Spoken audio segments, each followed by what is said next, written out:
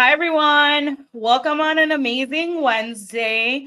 As you guys all know, I was going to keep the name of my show called Hey, I Was in Star Wars, but instead I decided to change the name, and we're going to do it with our first guest of the name change, which is going to be Under the Lens. So, introduction, Miss GIO KENDALL. What is going on, GIO? Hi, how are you? Thanks for having me. um, how have you been today? Good, good. It's busy day. I actually, because you posted about your office and my walls in my office are so bare, I went, I better hang something. So I did this for you actually. I was like, Yeah, so I can't follow that. So I have I more to hang, started but this is all I can have. no, and those, like I said to you before, we when we got on, like that was peak. I actually, funny friend of mine had told me that the Ahsoka poster was at Lucasfilm. So when I went, I want to say like 2 years ago, I went to Lucasfilm and was like outside by the Yoda fountain. I Uh-huh. saw that picture on the wall, so I like zoomed in as much as I could from the window and took a photo of it. And then Oh, I was awesome. able to like render it, and then I took it to like a print shop and printed it. I just haven't put it in a frame yet. Oh, cool. Yeah, our Mary Gossett, who is the costumer to The Mandalorian, to Brendan, she took it and she had fanny packs made, and so that was one of our swag things that we got. I guess yeah, during Ahsoka. So that was a cool little thing, and That's it's directly from the artwork.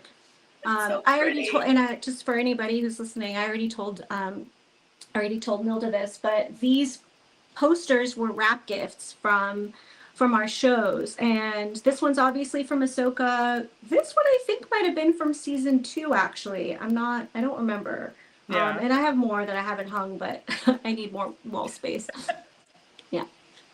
No, I like I said, I love those posters because since I come from an Asian background, it's Uh-huh. very like Star Wars Asian, and Right. I just love that theme. And it's funny, you're talking about that you wanted to do your walls, and I'm here with a blank wall now.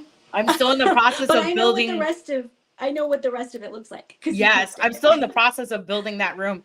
It's because my last toy room that I have, it's at my mother's house, and like she wants me to leave some of my stuff there just so that like she still has something to like go in and admire and be like, holy crap, my daughter has all this stuff.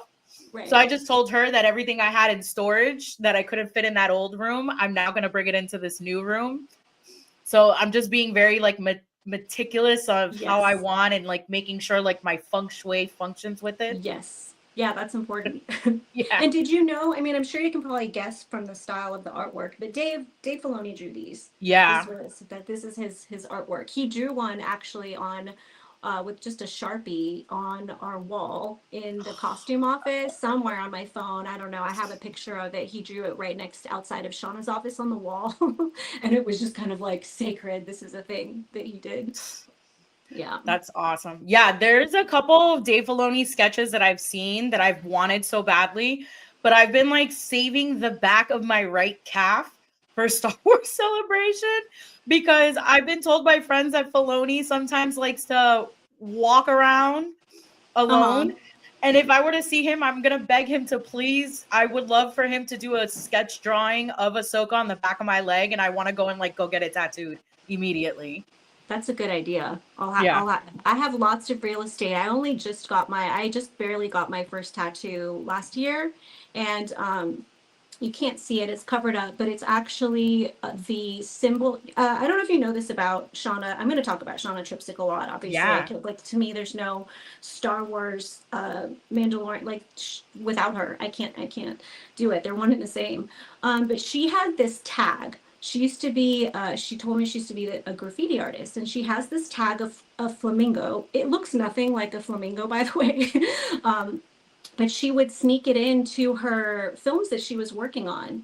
So I found it on my very last day that I was there. I found it's one of these things I took for granted. She would always put it in the costumes, but I hunted down a specific piece and I took a little photo of it. I took it to a tattoo artist who he put his own style of it It's sort of like a paintbrush, and that's that. I've got that, so I always have her with me.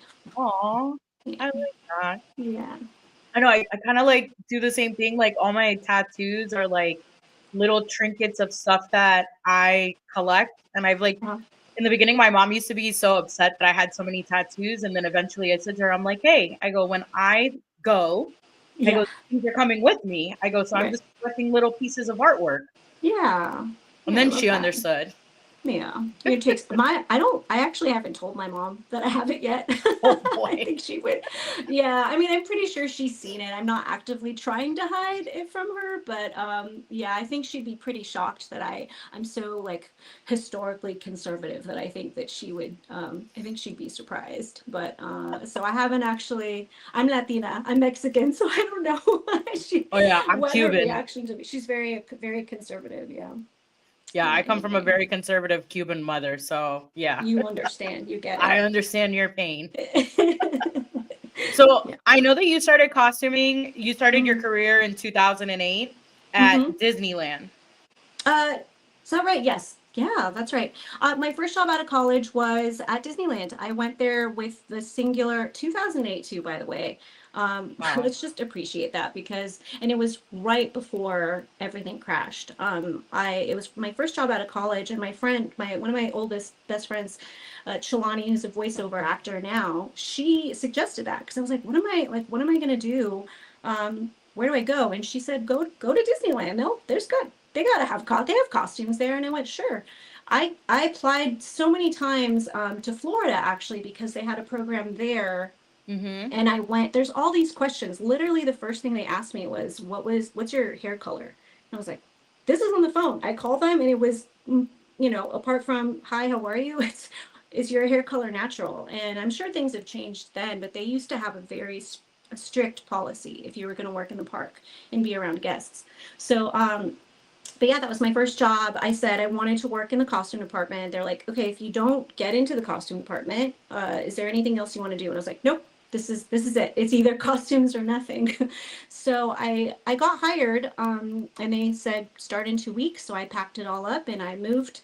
I moved in 2 weeks from NorCal to Southern California, and Wow. that's where I was for I want to say close to just under 4 years, somewhere around 4 years. And then, so I was there for about 4 years, I did shows, I did a parade there, and I don't know, there is a show there called Electronica.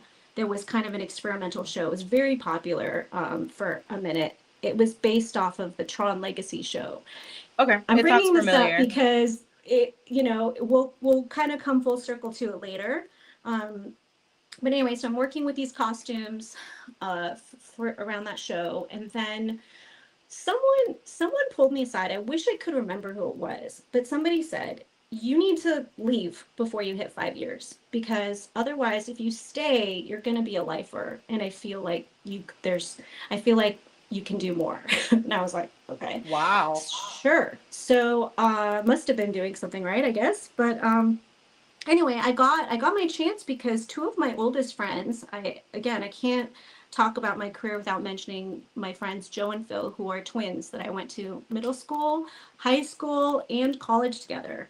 And they are the ones that gave me my first taste of filmmaking because they had gone into the film program at San Francisco State University, and they had a film club and everything. And so they had moved out before I had because I was a super senior in college. And so they moved out before I did, and they started their film career. And they called me when they were producing their first independent film with Brandon Dew, who was the director, writer, director, everything. Anyway, so they called me and they said, "Do you want to do this independent film?" And I was like, "Sure, it's the same, right? Costuming for film, same as theater. I bet." LOL. I mean, it is and it isn't. It's good if you have a good theatrical foundation, but they're Yeah. very different. Like the format is very different. Not all of it translated, but we went out on location to do this zombie film with a tiny crew at the Salton Sea, which is this very strange place in Southern California. And we were there, I don't even remember, not even a week, I think. But it was so much fun. I was totally hooked. And after that, I was like, I want to go into film. So Um, yeah, I quit my I quit my day job with pretty much no plan. I don't recommend this, by the way. I think you should have a bit of a plan. But I went, this is what I'm going to do, and I quit and left, and then I kind of chilled for a minute and moved to LA. Was trying to figure it out. Thankfully, my sister, who also works in costumes, it's kind of funny because neither of us set out to work in costumes, and yet we both ended up working in costumes. She was a Oh, dancer, both I of was an you? actor.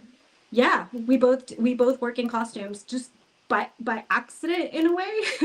um, but yeah, anyway, more on that later. So we ended up moving in together. We lived in right in the heart of Hollywood, and we I started working in independent film. Just started. I was looking on Craigslist. That's where I was getting leads for these jobs because I didn't, other than my twin friends.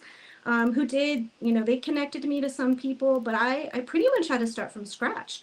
So I Yeah. was on Craigslist. I was lurking on Craigslist trying to find.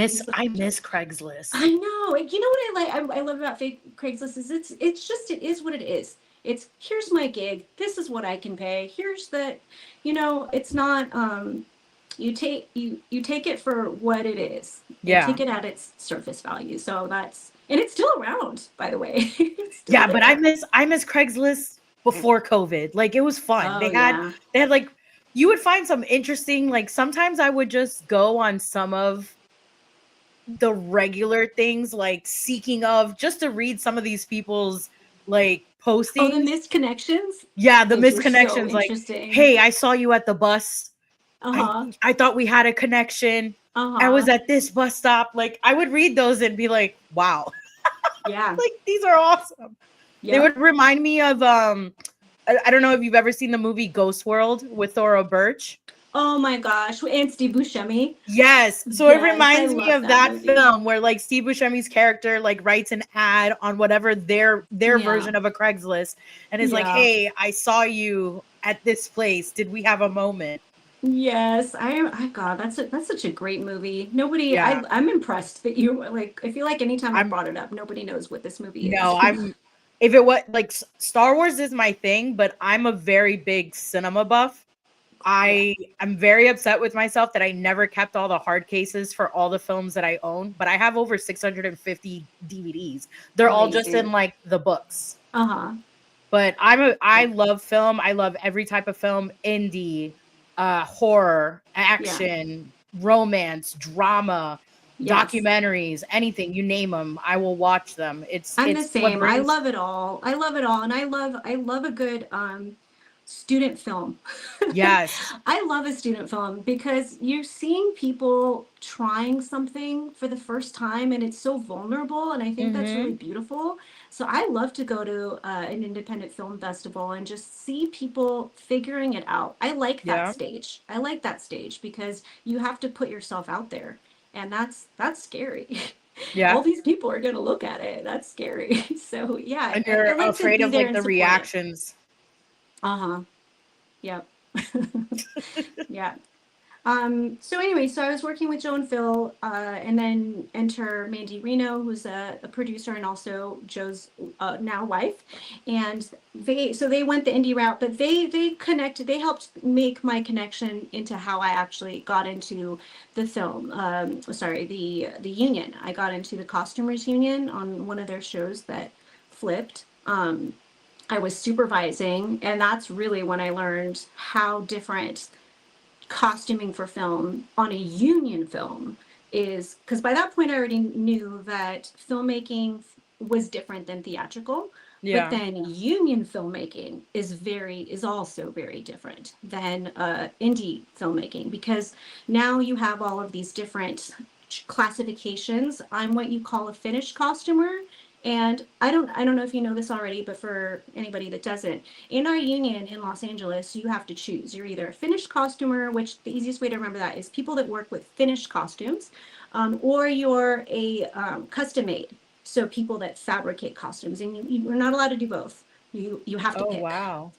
And I can do both. My foundation is in custom made. I learned that when I was in, because in theater you can do everything, But yeah, for film, you've got to choose, or at least in our union in Los Angeles, because if you go to New York or you go to a different local, they all have different rules.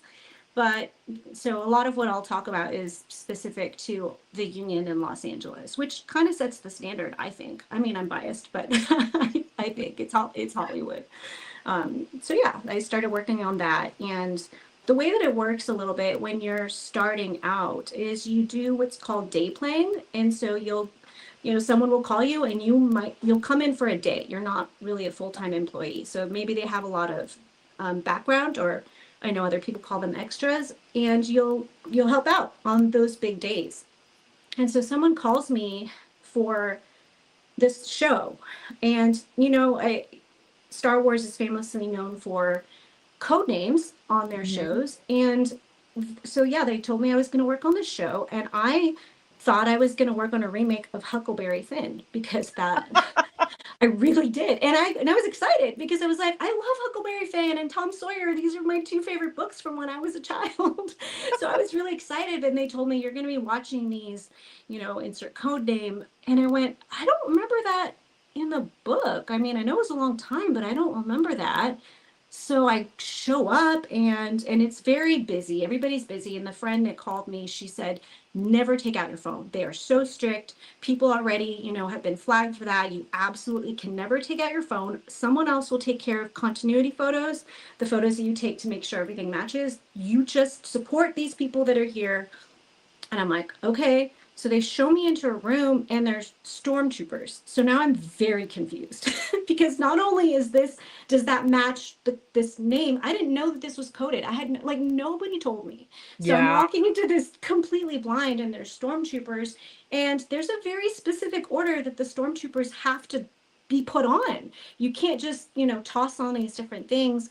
And the stormtrooper that I was dressing, her name is Amy Sturdivant, and I hope I pronounced that correctly. She's a stunt person.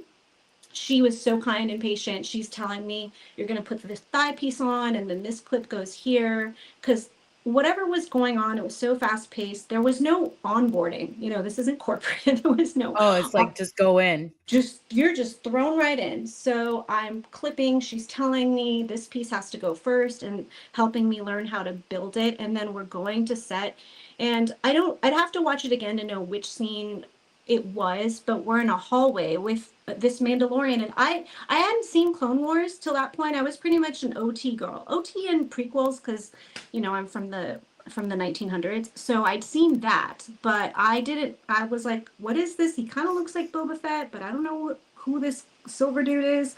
And all I know is that there's stormtroopers flying by me left and right. And again, I come from a theatrical sewing background. These armor pieces are breaking like eggs.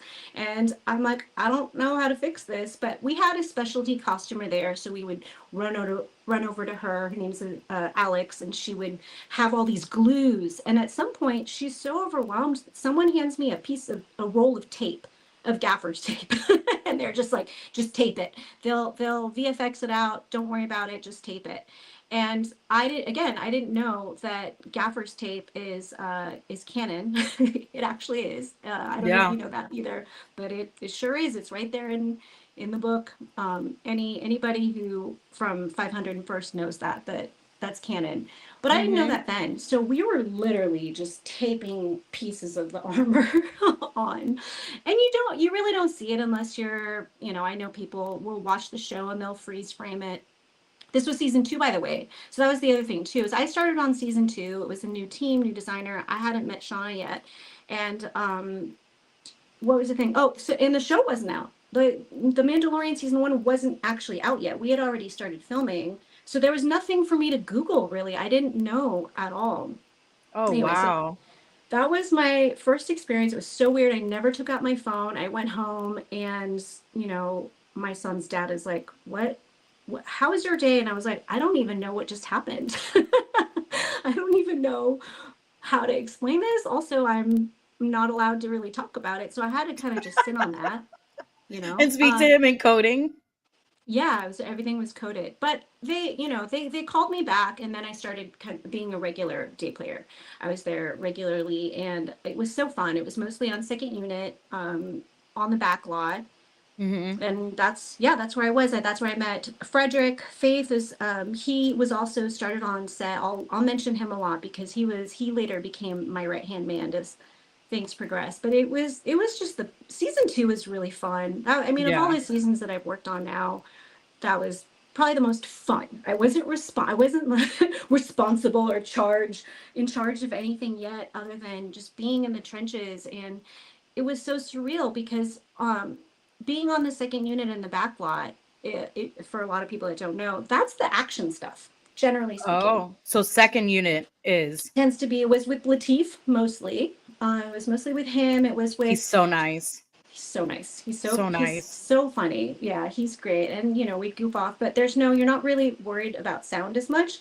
And seeing the directors and everybody, they all turned into just little boys. And I have a very active imagination. So I swear I would look at them and they would be talking about the scenes. And I kid you not, they'd be like, okay, Latif, I want you to go, pew, and then you go bam, and then you go, and they're all they just look like little boys living out their best dream ever, just pew pew, and they would say that with their finger blasters, um and someone would bring out a speaker and then play Star Wars music, and I would like, I don't know, it was like, is this real?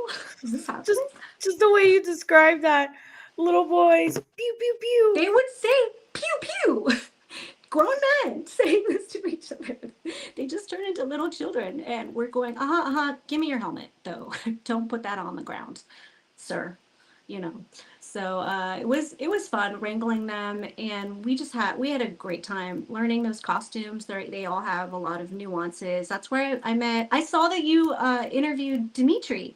I met Yes. Dimitri back then, and Warren. I don't know if you've interviewed. Warren does a lot of interviews. Warren, Oh, I can never pronounce his it last starts with name. a P. It starts with a P. Prue. Proluch. I Prue. know how to spell it. Yes, I know how to spell it too. Yeah, he was the Obi-Wan Kenobi's Yes.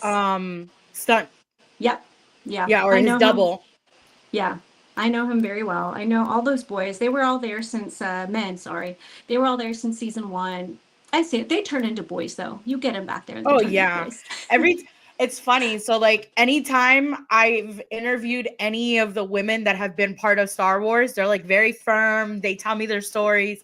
But then when you hear the guys talking about like getting into production and like walking on set, it's the same thing that you said it. They turn into Yep. like little boys. Yep. And it's like we're not calling them little boys because we're like diminishing them as men. No. It's like they transform into like their 7-year-old self Yep. when they discovered Star Wars. And it's Mm-hmm. like, oh, Yes, I say it with so much affection because it's just like they're just having fun, and it's fun to watch them. It's fun to be around all this, energy of them just running around, and also trying to protect them from themselves. It's like, walk, don't run. We have to be those people with them sometimes. we got some people in the chat saying hi real quick. So we've Oh, got sure. Rolando. He said he was first, I guess, to get on the show. Star Oh, Wars Hunter says hi guys. That's our buddy that got us connected together. Clint, right? Yeah, he messaged me and he Yes. was like, "Hey," he goes, "I think this is somebody you're definitely going to be interested in interviewing." And then when I saw your stuff, I was like, "Oh my god, yes." Cuz I've always wanted Thank to interview you. somebody who's worked in costuming. Uh-huh. Cuz I've always wanted to learn from that. I've done, Yes. people who have been on the, who have acted as a main character on the shows or Right. movies, stunt, music. So it's like I've never gotten the perspective of what it was like to work in actual costuming, because that, just you telling me brief a little bit of just that one scene in like Mandalorian season 2, it sounds very chaotic. So it's like I can't even imagine like going more into details about everything else. Oh, sure. And I mean, I will as much as I can, of course, while respecting my NDAs. There's obviously things I can't get too Yeah. deeply into. I've got to be respectful of that. But, a little bit of anecdote here and there. I won't reveal too much. He says, "Oh, So Hispanic moms and tattoos don't do they well. I'm afraid of don't. my mom and getting a tattoo." I know. I know. She's like, Star oh no, you're a gangster now. And I was like, oh my gosh, no, mom, that's not it at all. Star Wars makes us turn into children. It does. it's not our fault. And then he goes, pew, pew. Yes. Yes. Thank you, Clint. That was kind of cool, actually. Speaking of, just to address that, is I don't post a whole lot. This is very new to me, and it was partially because my dad passed away last year, just a little bit over last year. Not to, oh, I won't make it too sad, but he was I have a picture of him here. He's my intro. Him and my brother were. This is him at Disneyland. They used to have this setup near Star Tours where you could go and you'd put your faces in the scenes. And this is one of we laughed so much. It's him and it's my mom, who always falls asleep. She Aw. can't make it through. She's seen these movies so many times, the original trilogy. She can't remember. She calls Darth Vader Dark Vader. Still, she can't remember it. And we always give her a hard time. But anyway, so he passed away, and I was, I wish he could have seen The Mandalorian and Grogu.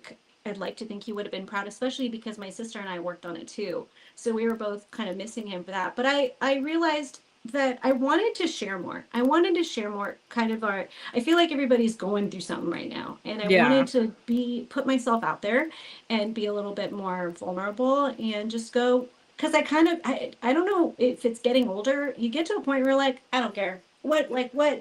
Yeah. What do I have to hide? Like, what do I have to lose? That's how I I don't care. feel. Yeah. Once I turned 35, like I'm 38 now, but once I had turned 35, I was just like, I don't care anymore.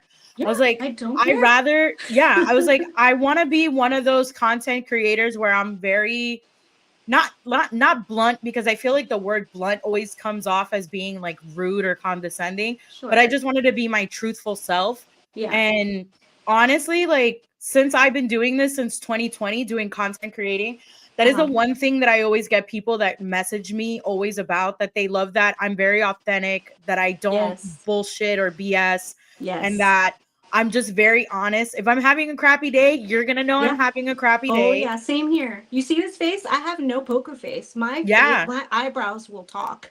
I'm the same. I've had people like on my show say some things sometimes, and I'm just like, what?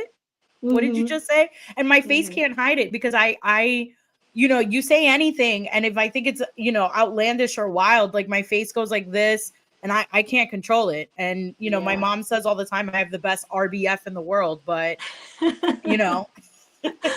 I have the but opposite problem. I have resting nice face, and I just naturally look friendly all the time. And you wouldn't think that that would be kind of an issue sometimes. Sometimes I go outside and I don't want to talk to anybody. I just don't. I get tapped out, and I do like talking to people. Obviously, I'm very chatty. You were like, "Oh, we do this for about 40 minutes." I'm like, "Okay, we're gonna. This will be hard." Well, I only say 40 minutes because I always feel bad, because I'll get, I've had other actors or anybody else who has been in Star Wars have been like, oh, I can only do 30 minutes. And I'm like, all right, it's fine. It's fine. So I always say like 30, 40 minutes. Sure. But it's like, if you want to go long, I don't care. We can go as long Sure. as you want. Yeah, no, I'm definitely, I don't know, I'm allergic to small talk. I'm like, tell me, at what point in your life were you traumatized? Tell me right now. Let's just get this over right now. Let's figure this out. How are we going to heal together? I don't want to, don't talk to me about the weather. I don't know. Yeah, no, we're going to talk about a healing session, and it involves Yeah. Star Wars. Yes. Absolutely. Absolutely. Yeah. So, when when we got introduced, I thought it was just like the cosmic universe working together, because Yes. I found it funny that I had done Dimitri, who is part of Ahsoka. Yeah. I got to interview Nelson, who was part of Ahsoka. And then now who he's become a friend of mine as well now, Mo Irving, who also played a senator. I got to talk to him in Ahsoka. And then, I've chit-chatted a few times with Diana Lee on Instagram. And then I got to interview Paul, who plays Carson Teva as well. And I always kept telling myself, I was like, Ahsoka's just surrounding me. Like, just everything with that, I go and I love it. And the fact that you were part of that costume team is just amazing, because like I even said it to you before, like before we logged on, it wasn't to like toot your horn or anything, but I genuinely loved the costumes in that show. Everything was beautiful. And I said it to you, from like Rey's costume as Valen from Shin Hati, Ahsoka as the Gray Jedi. Like that costume is ultimately my favorite Ahsoka costume by far. It's so gorgeous, and I really I take for granted how being around those costumes, and I'm in constant awe. I guess to come back to what I wanted to do was that I started posting my shirts on my Instagram, just as sort of like trip down memory lane. May is, I mean, forget May 4th, the whole month to me, that's the Star Wars month. But I really wanted to pay, some of my posts are paying tribute to people that don't get enough, in my opinion, recognition. And Yeah. there's so many people that you will not see in the credits and are not mentioned in the BTS. And I kind of got a little like, we need to give more credit to these people. They're so incredible and they're also so humble. They're not going to go talk about themselves. And I'm going to go talk about them. So I'm glad that I do feel that everything's sort of lined up because Clint, he approached me. He sent me a message and he was like, "Hey, are you in the shows or what do you?" I don't remember exactly. And I was like, "No, I was in the costume department." And then, boom, it was all within a couple of hours, he connects me to you. And I was like, great, I want to talk about all of the amazing artisans the tailors, the people that made, I mean, Balin's costume up close is just to touch it, to feel all the texture. And there's also details that you'll never see on camera. They're Yeah. there for the actors to get into character even more. And that's just so important. And my role on the show, on that specific show, because my role was different on it, just to take everybody through a quick my trajectory here, is I was a day player set costumer on The Mandalorian season 2. After that, Shauna offered me a full-time position as a warehouse customer slash fitter for the background and Hmm. the background artist. That was on Book of Boba Fett, which also, by the way, we didn't know was Book of Boba Fett. When we all started, we assumed we were doing season 3. And I cannot read, I have a very hard time understanding sarcasm. So when someone told me, this isn't, this isn't Mandalorian season 3, this is Book of Boba Fett.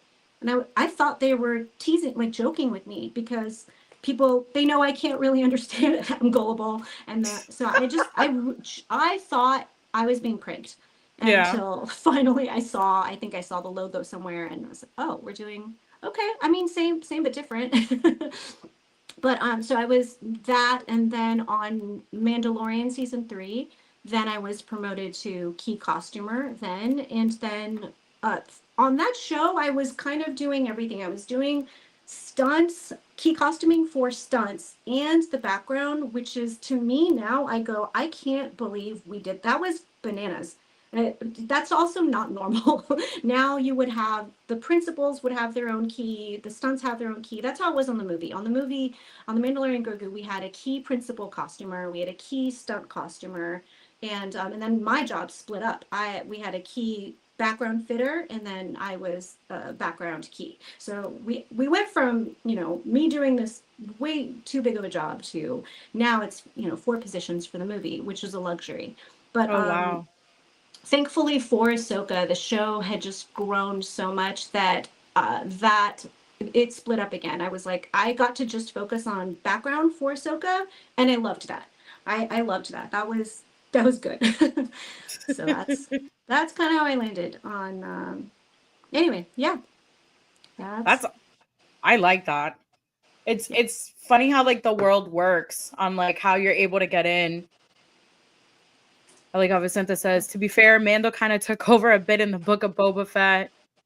That's I true. love Book That's of true. Boba Fett. I love that show. There was like argumentatively, there was just certain things I wish they could have changed a little bit with that show, but I genuinely loved it. It's Boba Fett's my favorite Mandalorian. I say this all the time, and I had posted that story. I posted that interview with Dave Filoni on my page, Mhm. but it's Uh-huh. like everybody loves the Mandalorian, but you also have to understand without Boba Fett, we would have never had the Mandalorian. Without Jango Fett, we would have never had Mm-hmm. Boba Fett. So it's Uh-huh. like we owe those two everything for you know Right. what happened. Absolutely. When we were doing, I was on the back lot. This is season 2, and I was Omar, I can never pronounce his last name, Bergman. Anyway, he was the costumer to Cobb Vanth. And again, Yes. I wasn't privy to the script back then because I was just a day player, but there was one day we were out there and he hands me this helmet. Again, I'm not asking questions. I'm just happy to be there. I'm not trying to rock the boat. He hands me this helmet and he goes, "Hey, can you hold this real quick? I got to run to the bathroom." And I'm holding this helmet and I'm looking at it and I was kind of like, I recognize the dent in this helmet. Like, what? But I don't see Boba Fett anywhere. I'm so confused and I'm looking at it and like the longer I'm holding it, I was like, wait a second, is this what I think it is? And I start like kind of freaking out a little bit.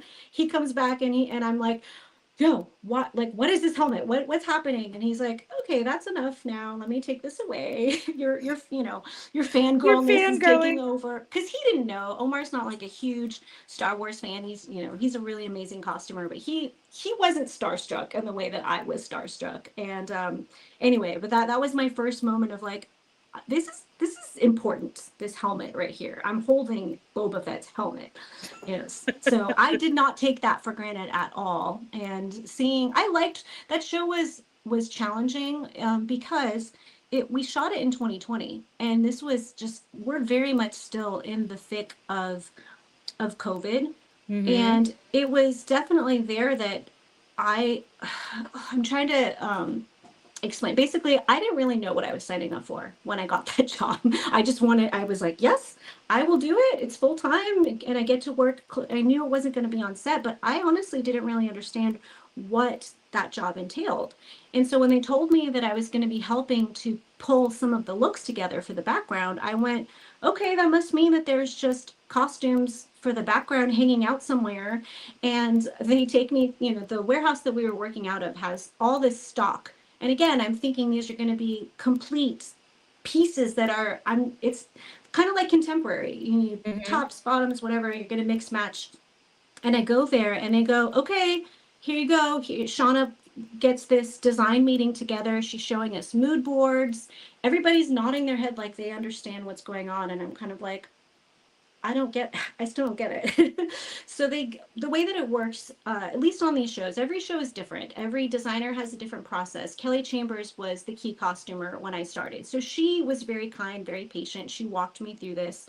And we had background casting. So we knew who we were going to fit in advance. We'd look at their sizes and she would pull them in advance. She'd go, this guy looks kind of, he's older, he's a little bit rough. I'm going to pull some options for him. So she shows me, this is what I do. I'm going to grab some options, but I'm going, okay, but where's the rest of it? I see a top and a bottom. She starts making things up because on the other side of the warehouse, there's leather and fabric and there was what we call the gap room. It had these little pieces of the bins of the greeblies and just accessories. And I went, hold on, so we make this up? And she's like, yeah, this is what the job is. You get to create it. And I couldn't even grasp this is a sandbox that you just get to play in. And I just didn't believe that it was real. It was like your One live version of Build-A-Bear. Yes, it is that. You're building it specifically for this person and you are the creator.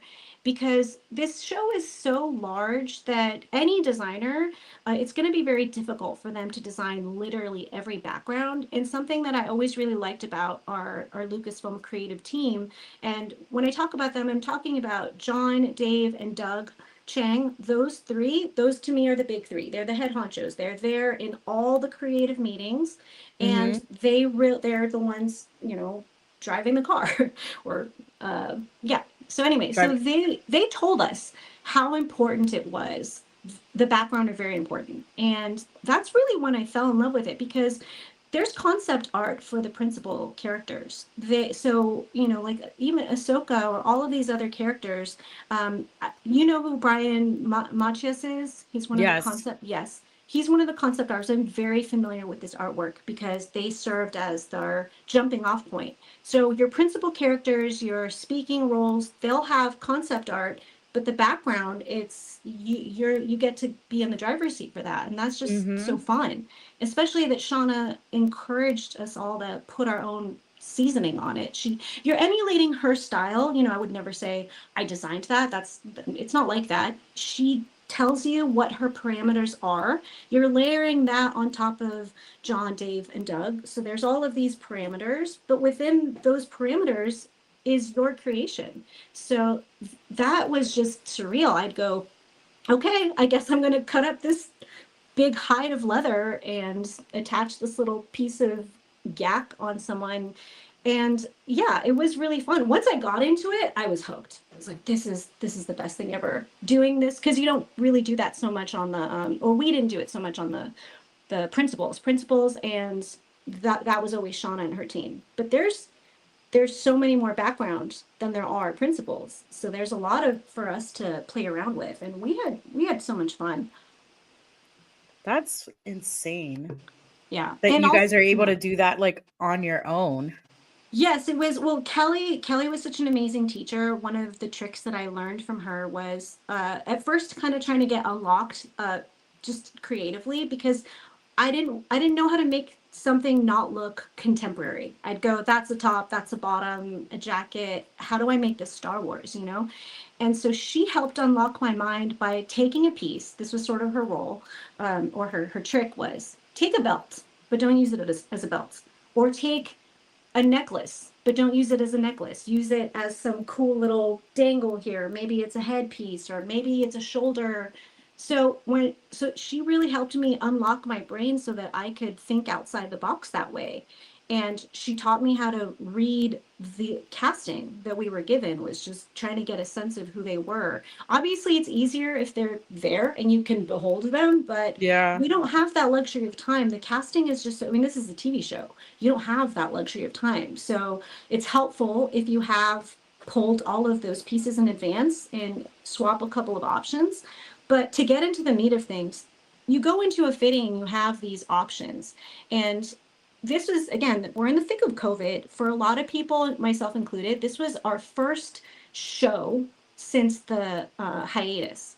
So this is the first time we're seeing people, and we're kind of, I feel like, hungry for human interaction. Yeah. And you know, do you remember when in COVID there was a common small talk question, which was like, "How was your quarantine?" Do you remember that? Yeah, but you know what the thing is? I'm gonna sound so terrible with the comment that I'm about to say. I Yeah. am kind of envious of some of the people that were like, I was I couldn't wait to interact with people because I had the opposite of COVID because I'm in the medical field. I worked all Mm. through COVID.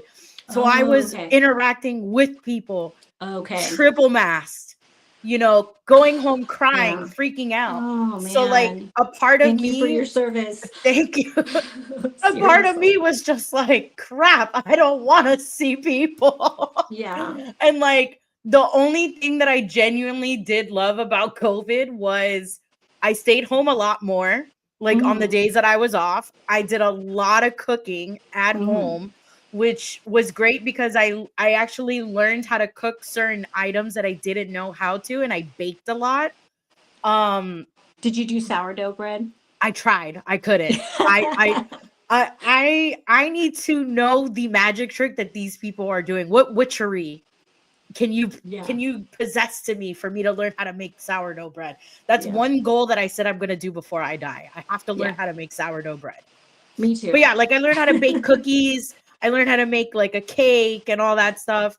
But and then I love doing my little social hour on Fridays. I would do like a Zoom with like 10 friends and Aw. we would get hammered on Zoom.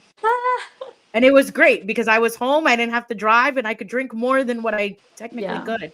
But I Yeah. am so envious of the people that say the word I missed human interactions because I was like, Oh damn, I yeah. didn't get to experience any of that.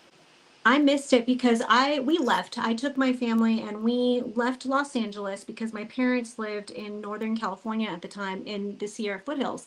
They lived on this 11-acre property that had no internet. So, yeah. So you had to drive into town, which was about 20 minutes away if you wanted to get internet. And so really we were cut off, and it was beautiful. The landscape is gorgeous. There are deer in the yard, and there's an orchard, and it was very idyllic. But I basically had, 3 adults that I could talk to, and my toddler.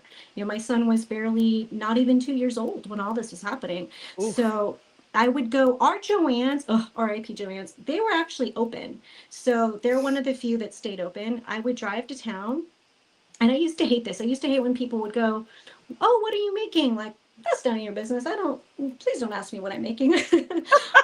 I would start talking their ear off, being like, "Let me tell you what I'm making." And I became the crazy person at the cutting counter with my fabric, being like, "I need to talk to a person," because I missed it so much.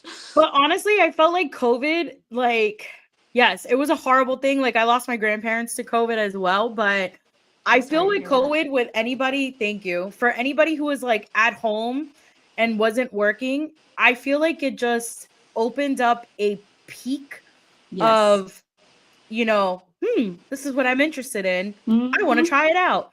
And that was Yes. for me. Like, I always wanted to do podcasting. I just didn't have the cojones to do it.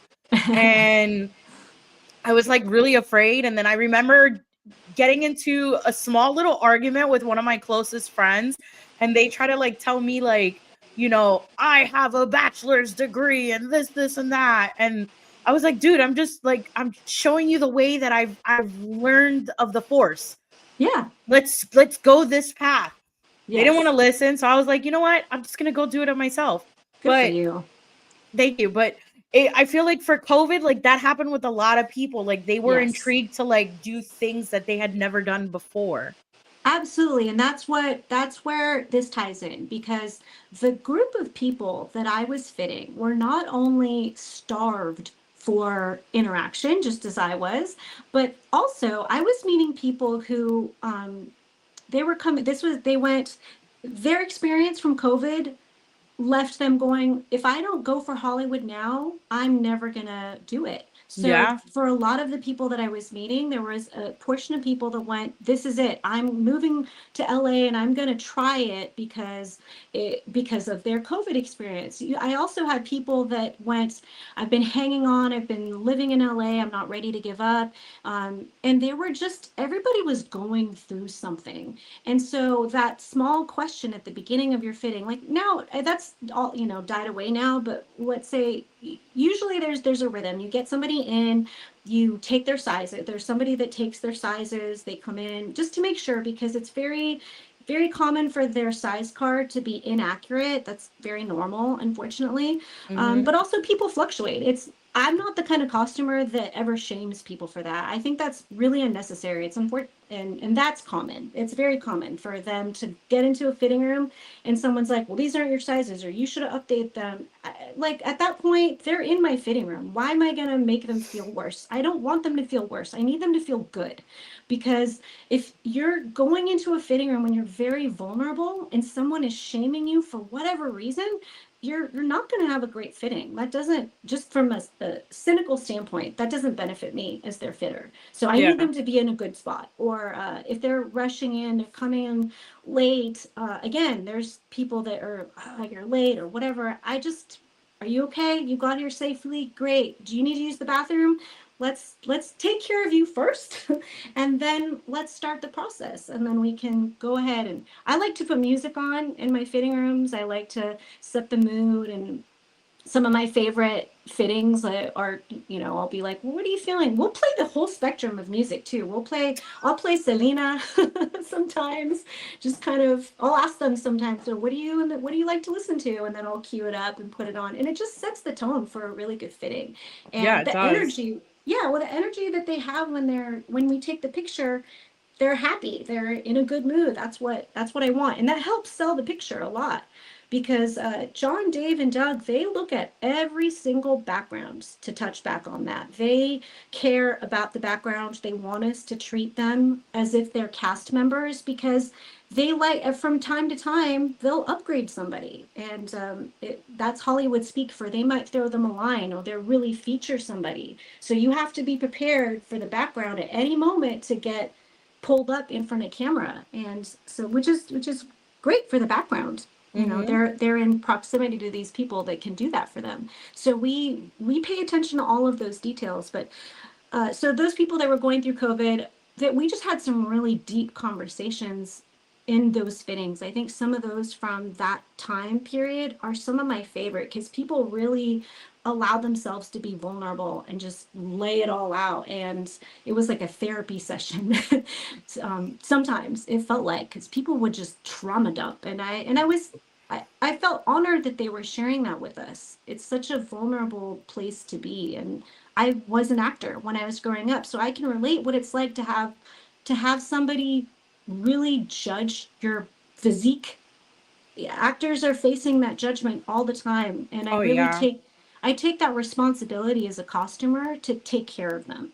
I don't ever want to shame people for how they're feeling. If they're not feeling good in their bodies, I want to honor that. And if they don't want to show a part of their body, maybe that they're self-conscious of, then we won't show it. I don't like to push people into anything that they're not comfortable in. I think that that really comes across on film. Well, I also think because, like, for me, I get made fun of all the time between my husband and my mother that I wear black all the time, which I'm wearing gray, but Yeah. I wear black all the time. And it's like when I wear a color that's not like my favorite color to wear, I feel very self-conscious about my body. But then Right. if I wear black, I feel like I'm a Yeah. diva, like I'm Yes. my best self. Right. So yeah, I understand from that perspective, and I like that in costuming. I feel like when you're asking for somebody's advice or opinion, and then they feel great about themselves, and especially if they feel great about what they're wearing, they'll give like the best acting ever because they feel so confident Absolutely. and they feel great in what they're wearing. Absolutely. It's so important to help, meet people where they're at with their comfort levels and just empower them. And that's what I want. That's what I want from anybody that steps into my fitting room is I want them to leave feeling good about themselves, not shamed. Not shamed because they, don't their sizes don't match on their size card. And the luxury of getting to work on a show that's got custom made things. Let's say the uniforms, for example, those are custom made. There's no reason why we can't make those adjustments. And I remember very specifically, we had uniforms that we had pre-made them and you were cast to fit. So we would give our casting agency the parameters. And there was one lady specifically, this is on Ahsoka. She was a console jockey and she came in and she, again, flustered, late, all this stuff. And I'm calming her down. We go to try on the one that we've allocated for her and it's too small. And she was I mean, there were tears. She was just so devastated. Like I really, I came out here and it's far too, by the way. Like where we were shooting in El Segundo, that's a far drive for most people live on the other side of town. So for Mm-hmm. them to come out for this 2 hour fitting, I really try to be respectful of their time. And but she was just in tears, like, oh my gosh, they're gonna send me home, or because that's kind of traditionally what happens is if you don't fit the costume, you get sent home, unfortunately. But I went and I talked to Shauna and I was like, I feel like we can make this work. We have more fabric. Like, let me go ask some questions. I told this lady, just stay right here, drink some water, and I'll be back. Let's see what we can do. So yeah, I talked to Shauna. I went and talked to the tailors. There was more fabric. We were able to integrate a little what we call racing stripe down the side of the pants and make it work for her. So that was great. That was such a like what a privilege to be able to do that for somebody. We were able to modify that costume and she was able to come and keep her day of work. She had a second fitting. It fit perfectly because we have amazing tailors and we were able to just really take care of her in that moment. And she's on camera. There she is in one of the episodes of Ahsoka. I love when we can do that. It doesn't take that much effort to accommodate somebody, you know. Yeah. And I like that because just a little bit of fabric can just make your day. Yeah, and it didn't ruin the costume at all. You can't tell that there's a little racing stripe on the side. It's like nobody would know. And even then it's a little bit of flavor if you did catch it on somebody else. It's a little bit of flavoring, I like to say. So I like having that leeway with custom made, and for that it's doing a contemporary. I hardly do contemporary shows. I'll do them if I'm day playing, but like from a keying standpoint, I don't do a lot of those. Just they haven't really come my way. I've been working in this sci-fi fantasy now that's that's sort of that's my wheelhouse. That's kind of what I've Yeah. become known for. So the other shows that I've landed on are still in that world, and that's exciting. I don't have to go very far to keep doing custom made, to keep working with custom made things and working in this world. I hope I can keep doing that because it's absolutely my favorite. It's so fun. No, it sounds like it's amazing and fun. So Yeah. two questions that are one's from me and one's from Clint, but they're kind of similar. So Sure. my question for you is, out of the three shows in Star Wars, which one was if you're allowed to say, Sure. which one is your favorite in doing costumes? Probably Ahsoka. I Okay. think that's where we hit our and like not by much, but it's kind of like with your children. I love them all for different reasons, but I'm gonna be a bad mom and say that one was my favorite. And I think it was I think it was like I had the most fun on season 2 of The Mandalorian because it was everything was new. Everything was brand new. The stakes were not super high for me then. Yeah. It was really scary when I decided to step up and do Mandalorian season 3. I was terrified, to be in charge of, to have so much responsibility, especially for it to be the first time I'm king, was so frightening. And it was actually, I was inspired to take that leap because of a background actor. There was a background actor. I know I'm going on a tangent. I do this a lot, but there was a background actor whose name is Cheeks, and he was this teenage boy who missed singing for an audience. And so I said, well, why don't you sing for us since you're here in this fitting? And he rapped the whole intro to Into the, what is it, In the Heights? The whole Mm-hmm. intro was like almost 10 minutes. He rapped the whole thing, and I brought in all these people from the fitting room. And that really inspired me. So I go home and I was like, this is really good. Maybe I should watch it, but it wasn't out yet. So, what was out? Hamilton. Hamilton was out. I casually watched it on a Wednesday and I'm crying. There's that line about, I'm not, what is it? I'm not going to throw away my shot. And I Yeah. was like, I better, it's on the table. I guess I better talk to Shauna about accepting this position. And it had a trickle down effect or a butterfly effect. Him having the courage to sing to me, to all of us, inspired me to go home and watch the show. And that I got the courage to go and talk to Shauna about accepting this promotion because of this background actor. It changed my life forever. So I became a key, and that was a wild experience. But anyway, but by Ahsoka, a lot of that sort of nervousness, imposter syndrome had worn off, because I did know what I was doing. I mean, I had all the right foundation. I wasn't new to costuming by any means. I've been doing my career for a while. It's just, there's a learning curve when you decide to Yeah. step up, and it takes courage and it takes support. I had a lot of support from my crew that was fantastic. They helped me get to where I needed to be to do that. And as I said, mentioning Frederick, he was my right hand man. He became a fitter at some point, I think on Mandalorian season 3, and he was my guy. So we were splitting. I was sharing a lot of that work, the creative work, with him. He did a lot of the creatures. But anyway, yeah. So Ahsoka, I feel like was my favorite. I also, because I think I knew just somewhere instinctively that it was going to be our last show together. I don't know why, but I think a lot of us felt that way. That we just somehow knew that this was it.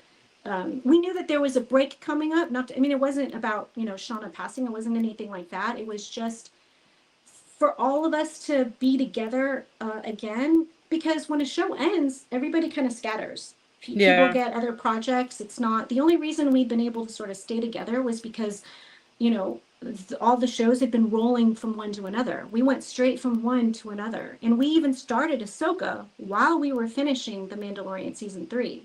That allowed Yeah. us to carry the crew. But as soon as you get a gap, that's difficult. The second you get a gap, somebody's going to leave, and the dynamic's going to change. And so I just knew that this is it. I And yeah, remember it's been great. I remember talking to some of the actors that were part of Ahsoka, and they all told me that they said that they thought it was funny that they were filming one thing, and the next thing you know, they saw across the way that there was filming for The Mandalorian. Uh-huh. for season 2, and then they were like, "Wait a second, I'm in the wrong I'm in the wrong filming room. Like, I need to go back to my other one." Yes. And they were Yeah. trying to figure out like what is going on, and they were like, "Yeah, Yeah. like the Mandalorian season 2 and Mhm. the beginning of Ahsoka were filming at the same time," which I thought that was great because Yeah. it was an easy way of transitioning from all the episodes that you saw Rosario in the Mandalorian in order to go do her filming there. So it's like you're knocking two things out all at once. Oh yeah, and that's I mean that's massive. You know, we had to switch warehouses because our show grew so much from season 3 to Ahsoka, and this is still kind of blows my mind that we did this, but in the middle of or toward the beginning, I would say, of The Mandalorian season 3, and we didn't move very far, but we had to move all the costumes from one warehouse to another one that was just down the street, but we had outgrown the space, and so you need all of that space. It had more fitting rooms, it had a lot more, because also we were going to be manufacturing the stormtroopers and all of that, the not the stormtroopers, we were manufacturing the Mandalorians. All the Mandalorians that you see in season 3 became in-house, and that was huge. It's also not very common. Usually those spaces are split up, Yeah. but this was to be all under the same roof was so beneficial because at any time I could run over, myself or Frederick could run over to our ager dyer was right there. Our 2 workrooms that we had, we could just run across the, I mean, walk very slowly and carefully to the Yes, to the guys, specialty people. walked Yeah, going we through walked. production. Yes, yes, we walked carefully and mindfully to the specialty people. They could try some. We could bounce ideas off of each other. It's such a great way to work. I know a few other designers that are able to get production on board with that, but it saves you so much time to all be under the same roof. It really That's does. that's incredible. Yeah, it's in again, it's not super common, but it's again, now that I've tasted it, I'm like, oh, it's so hard to go back to Yeah. not having everyone under the same roof. But I it's was great. talking I was talking to one of my buddies. His name is George. He has a YouTube channel called The Hyperdrive, and we were like BSing around and texting and like talking about like people going to the premieres and stuff. And I had joked around with him and I had told him, I'm like, dude, I'm to a point now, like, I was like, if I don't get invited to a premiere, I was like, my goal is I would love to be an extra on one of the shows because I Yes. would love to wear like a badass outfit. Yes. And we both laughed because we both thought the same thing.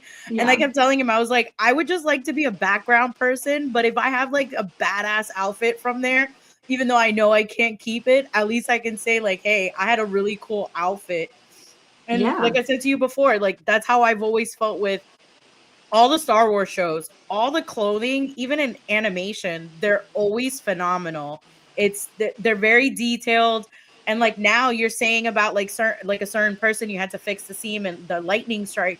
I'm now Mhm. gonna look for it because I'll have to I've find. I'll tell you where to look, because I know which costume it was. I remember who mhm, she was. I'll look it up and I'll see if you can find it. And okay. Cheeks was one of the he was one of the teenagers in season 3 on the trains, and those costumes are very personal to them. That's the other thing too. It's like we might, even though we pre-pulled a look for them per se, they Mhm. get in and they start talking about themselves. And so because Cheeks, you know, he's a musician kind of kid, we were like, well, maybe you were listening to some cool spacey headphones, and we gave him some headphones. And you're like, you're a cool teenager. If you're out on the train, you'd be listening to some music. And the special sauce kind of all comes together during the fitting when we personalize it as we're getting to know the background. And I think that's where that's where I think the magic really comes together. Is they're there, we're just bouncing ideas off of each other.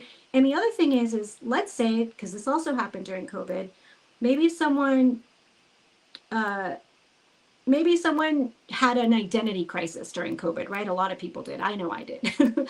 So they come in and you're going, whoa, the person who walked into into the fitting room has gone through something. And this photo that they took before isn't anything like who they are now. So Yeah. occasionally Kelly Chambers, our key, would say, we need to start over. Let's just, and it wasn't even about size. It was like your vibe is different, you know? So she would go out and just say, hang out 10 minutes, and she'd go and grab a totally new costume because, again, we don't want to force people into anything that they're not comfortable in or that doesn't feel right. So Yeah. she would just totally start, and I thought that was a cool way for her to honor that person where they are, in their life. So she would totally pull a brand new costume and personalize it to them. That's now I'm interested in costumes. Like I could care less now about like any other stuff on shows. Like now I'm interested in Mhm. costumes. No, but honestly, like I've always loved costumes.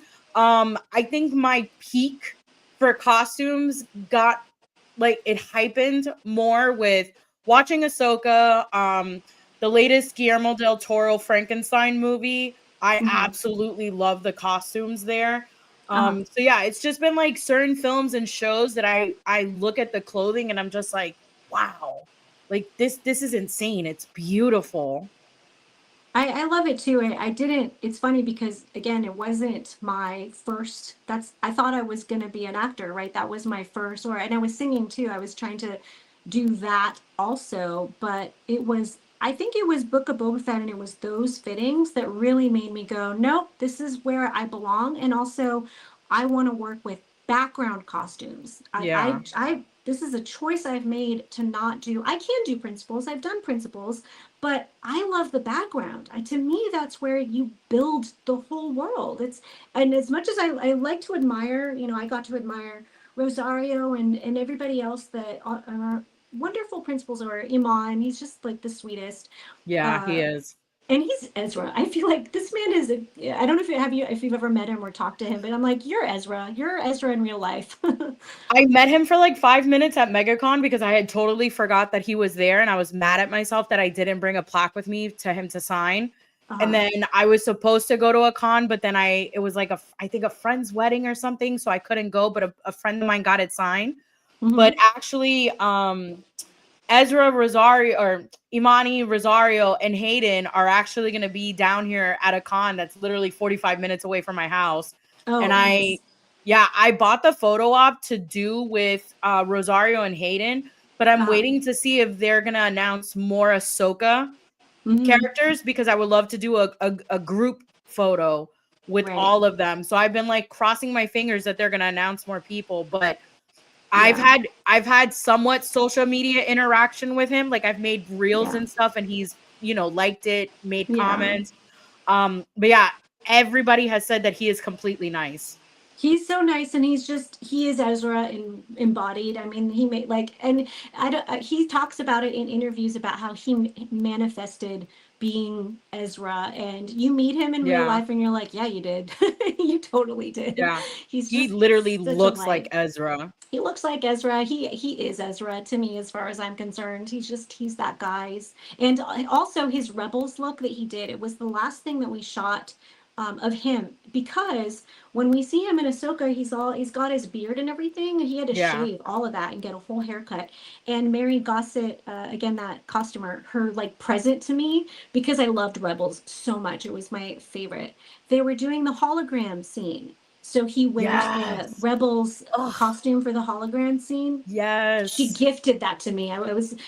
She said, okay, because again, I never do principals, but I said, can I please do this one? It's going to be this tiny little scene, but I really, really, really want to do it. And she said, yes, this is my wrap gift to you. So I got to do his fittings, and I got to be there for a little bit of the costume development. And then when we shot it, it was just with a very tiny group of people, and he does that whole entire monologue from the hologram, and I cried. I cried. I just cried. I mean, just I wish that had been a little bit bigger in the show. Yeah. Or I'm sure there's BTS of it somewhere, but he maybe did it a handful of times, and we're so emotional watching that scene. He just did it perfectly, and yeah, that was great. That was such a fun little piece that we did. Yeah. Honestly, that scene had me crying. Mm-hmm. Um, the whole Hayden and Rosario interaction, I cried Uh-huh. so hard that my husband was like, "What the heck is going on with this girl in the living room?" She's like bawling her eyes out. And he was like, he kept checking on me, like, "Are you good?" I was like, "No, you don't Yeah. understand." I was like, "You gotta leave." Yeah. Um, and then for some reason, I don't know why, Iman only said three or two words, two words in this one sentence. But the very end of the show, when he Mm. reunited with Hera, and he like takes his stormtrooper helmet off, and then he was like, "Hey, Hera," I lost it because I was like, "Man, she hasn't seen him in years. Her, her baby daddy just died, and she's been Yeah. raising this kid by herself." Uh-huh. And all her friends are all disappearing on her. You've got the Senate hating on me, and they're trying to get me Yes. fired. Yeah. And the last memory I have of somebody who was kind of like a child slash brother to me, I thought was dead, is now in Yeah. front of me, and I don't even know how to process any of those emotions. It's a lot. Yeah. Yeah, they do it so well. They embody their characters so well. I never made the transition from theater to film. I'm very awkward on film trying to play. The backgrounds that are in the back who are doing too much. That's me. Yeah. That's I can't do it. So I'm always in awe that they can just embody them. I have so much respect for those actors. They're so professional and they're so kind. They're great to be around. But it's fun when from time to time when I do go visit to get to see them on the monitor and watch their performance. And Mhm. Shauna used to do this a lot. I loved this about her. She would bring, because our artisans, they're constantly working. They don't get to leave the warehouse very much, and they don't get to go to set very much. So what she would do is, as a thank you, was she would bring the dailies from that day and show them. She'd say, gather around specialty or gather around Taylor's custom made, and she would show them the takes from what they had just worked on. And Oh, that was wow. great. They got to see their work finally, and I just thought that was a really cool way of her to just honor their work. Apart from, of course, all of her interviews, she would mention everybody as much as she could. She'd mix us up a lot. That was kind of funny. We're like children, and we're like, that wasn't me who did that, but thanks for the shout out anyway. Yeah, you said my name as You long as said I my was name. included. Yeah, yeah. It was sweet. It was sweet that she honored her artists. Yeah, I know. I'll go back to that question.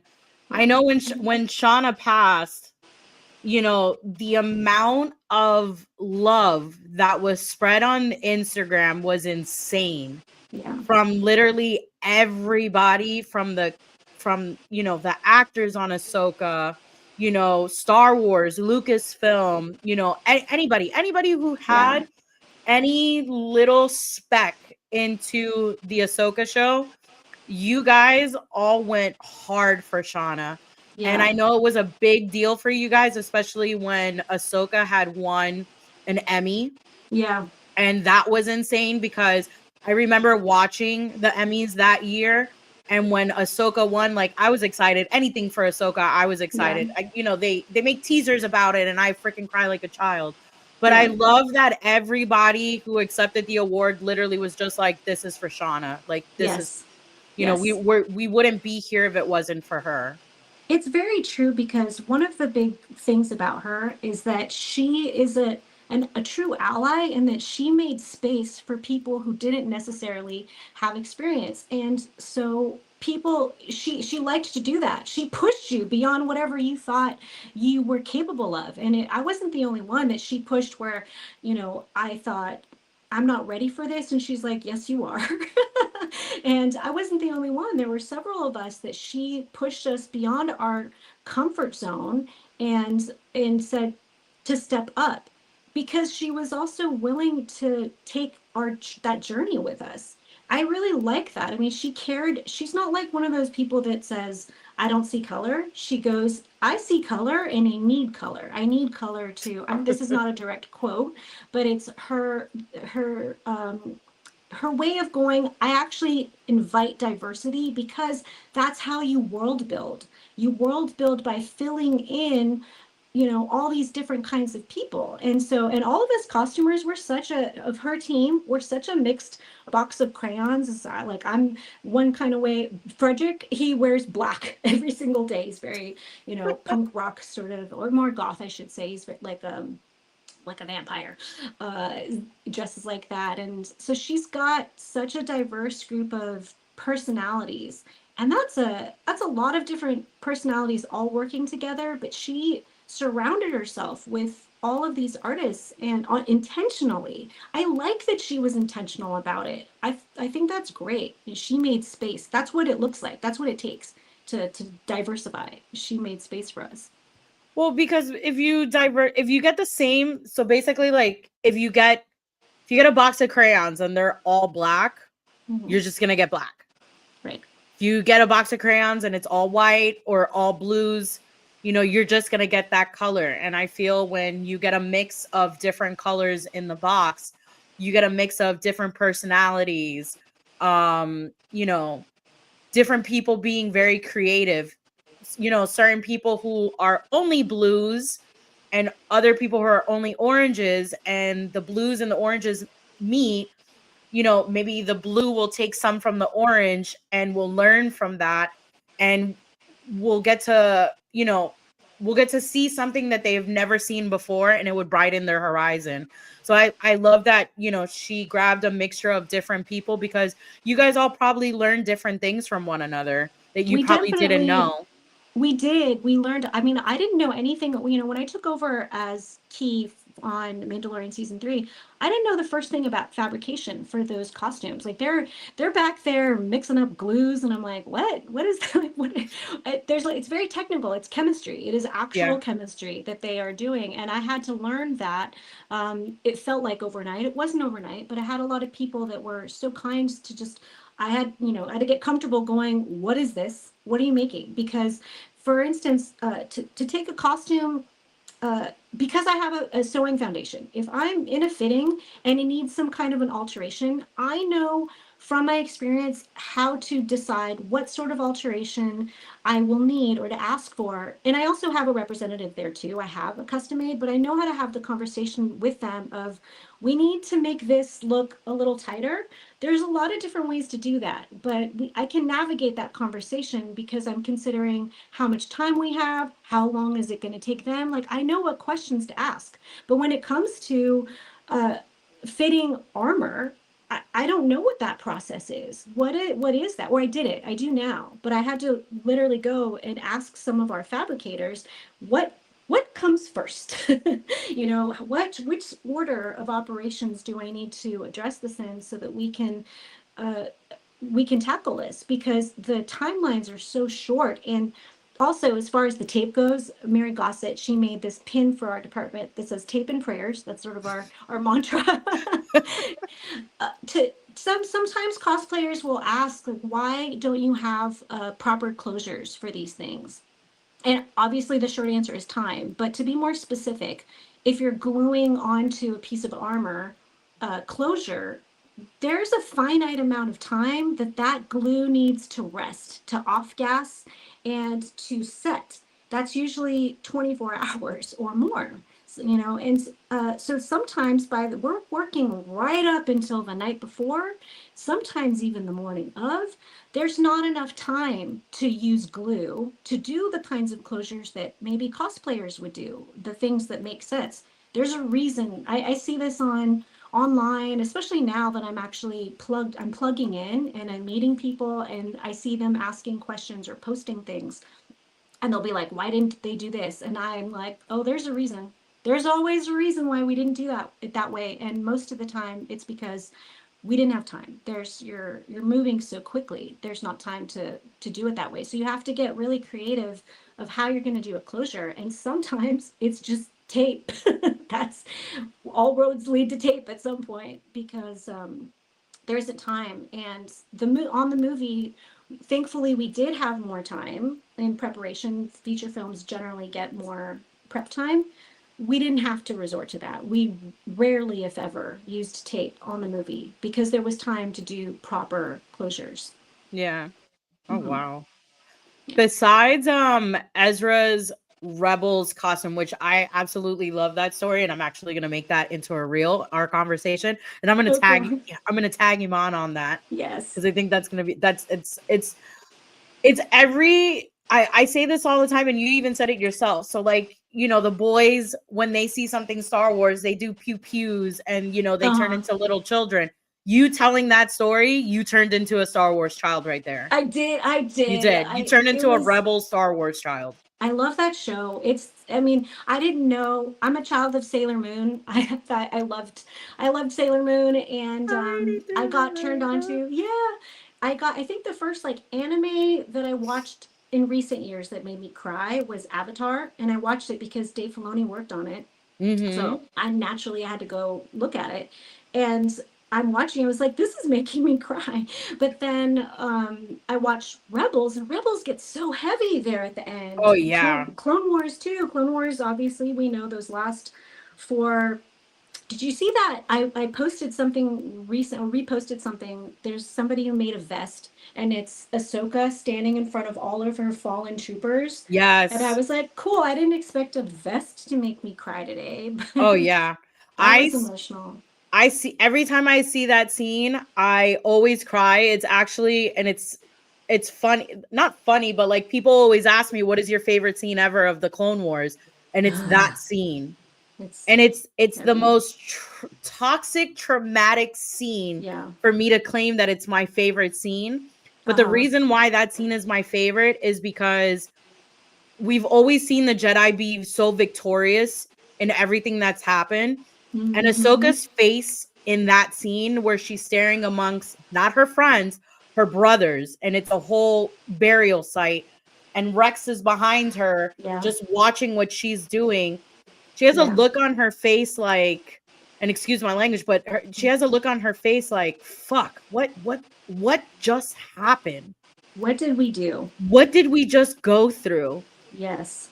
And that's why Yeah. I loved Rebels so much, because you got to see an older Ahsoka who just went through so much trauma. And my favorite scene in Rebels is when she reunites with Rex, because Uh-huh. the two of them hug each other in a way where it's people who have gone through probably one of the most traumatic experiences ever in their life, like a Yeah. loss of a family member, and you haven't seen each Yes. other in a long time. And that hug is one of those hugs like, damn, dude, like we're still here and we Yes. went through it and no one else can understand it but us. That's kind of what it feels like. I mean, not in a losing not in a morbid way, but that's kind of what it feels like to be one of the last ones standing at the end of this movie. You know, this working on all these shows has been such a large chapter of my life, and to get to do this whole entire, I mean, I never expected that it was going to be six projects, the other two being Skeleton Crew, which I visited, the movie obviously, but like the people that got to walk that journey, there's not that many. We lost some along the way because they went on to do other projects. So Mm-hmm. there was a very small group of us that were there from the very beginning, and like I felt the weight of that. My last day there was they threw me a little party, goodbye party, and because I finished out with the background on the movie. I didn't Okay. stay for, they were still shooting some more stunts and principals, but my role had ended. So I finished with them just after we shot the Shikari, because as you notice in the movie, there's not a lot of background. So that wasn't as big of a job for me to do, and I was grateful, but it was just like, this is it. And so when they presented me with, my little cake and everybody's there, I was feeling that, not that they'd fallen, but just like, whoa, this was a long journey, you know? But that flashback that we did for Ahsoka, where she's there talking to Anakin, she's talking about the weight of, what scene I'm talking about. You've seen the Oh clone yeah. troopers. It's very foggy, and Anakin was, Hayden was there that day, and we're all there shooting with little with snips. Where they're having that dialogue Little there. Ariana Greenblatt. Yes, yeah. So she's also same thing. She just becomes Snips, and she embodies that character so well. Where there were moments where I would stop and watch that take of them having that dialogue, where Mm-hmm. she's really feeling the weight of people are dying, and that's heavy on her shoulders. That's Yeah. really, you feel that. And then to circle back to your favorite, my favorite traumatic scene, because we're masochists. Oh So, yeah, I'm down for all the heavy crying terrible uh-huh, stuff. Give me uh-huh. more. It's so good. It's so good. It's some of the best. That bar is high when it comes to the Star Wars writing. Oh yeah, It's so 100%. good. Yeah, it's so good. I know that you said so yeah, I know that you said that the Ezra scene that you got to help do the costuming for was one of your favorites. But did Mhm. you have a favorite costume that you made and why? I would say, well, it's all a collaboration. So I can't take credit for making them at all, and I wouldn't want to because we have a team of people that are making them. But I Yeah. would say in participating though on Ahsoka was the Night Tattlers are my, I think they're just my favorite. They're my favorite for a lot of different reasons, but those stormtroopers, a lot of them had been with us since season one, or they had been there since season one. I met them on season two. We cast a few more specifically for Ahsoka. And it was, we didn't know that we were doing it at the time. It wasn't intentional, but we ended up making like this group of friends. Like these fellas, they're all buddies now. They have their own little Instagram thread. They all chat with each other. And we were able to reunite for to go watch the movie together, even though not Mhm. everybody worked on it.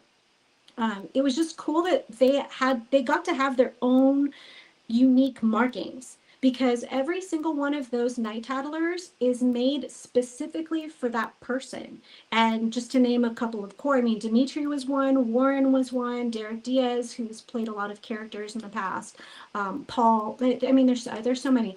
There were 40 about 42 practical costumes, suits of armor that were made, and every single one was unique. So Frederick and I were tag teaming those. We had some other people that came and help, but the strips of the red fabric, every to try to make that different on 40 something different suits of armor is actually kind of, it's a little more challenging than you think because you have to make sure that they're not, you know, they might be scrambled in Yeah. while you're shooting, so you have to make sure that they look different enough. And we'd have these, we affectionately call them wind angles. Shauna liked to have strips of them, from various pieces. So when they turn on the blowers, the wind would blow the silk. Um, so they were just really fun. And that's also a lot of different people touched them. So you have the painting from those painters, the little cracks, and that's real gold leaf that's in them. Yeah. Just I feel like every single person in the warehouse touched them, and I think that's the other just poetic part of me that really loves them is that almost every single person in our department, and it's a big department, had a hand. And then you take them to set, and then all those set costumers were responsible for maintaining that silk and the gold leaf and just making sure that they looked great. I thought they looked phenomenal, personally. I mean, I know I'm biased, but I thought they looked great. I really love them. So it's cool when you get to when I see them at a con or something, and I'm going to be going a lot more now. And Yes. yeah, yeah, I'll be around.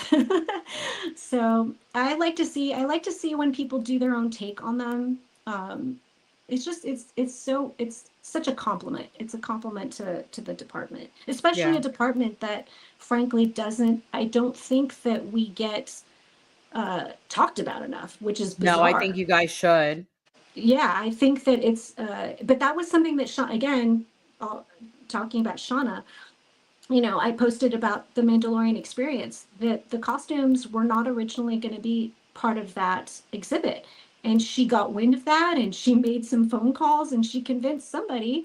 And we got to be part of, our costumes got to be in that exhibit. And that exhibit was so popular. People, it's like, hello, we have all these people from the 501st, casual cosplayers, and I love all of it. I don't think that there's, um, to answer a question nobody asked me, I don't think that there's, I don't have a preference. I'm not more impressed by somebody who's done screen accurate cosplaying than someone who made their costume with duct tape. I think if you're having fun, you're doing it right. You know, Yeah. like I don't think people should take it to the extreme that they feel better than other people because theirs is screen accurate and someone's isn't. Like we're here to have fun. I hope that these costumes should bring people together, not polarize us. And there And is that that's polarity. I see it a lot.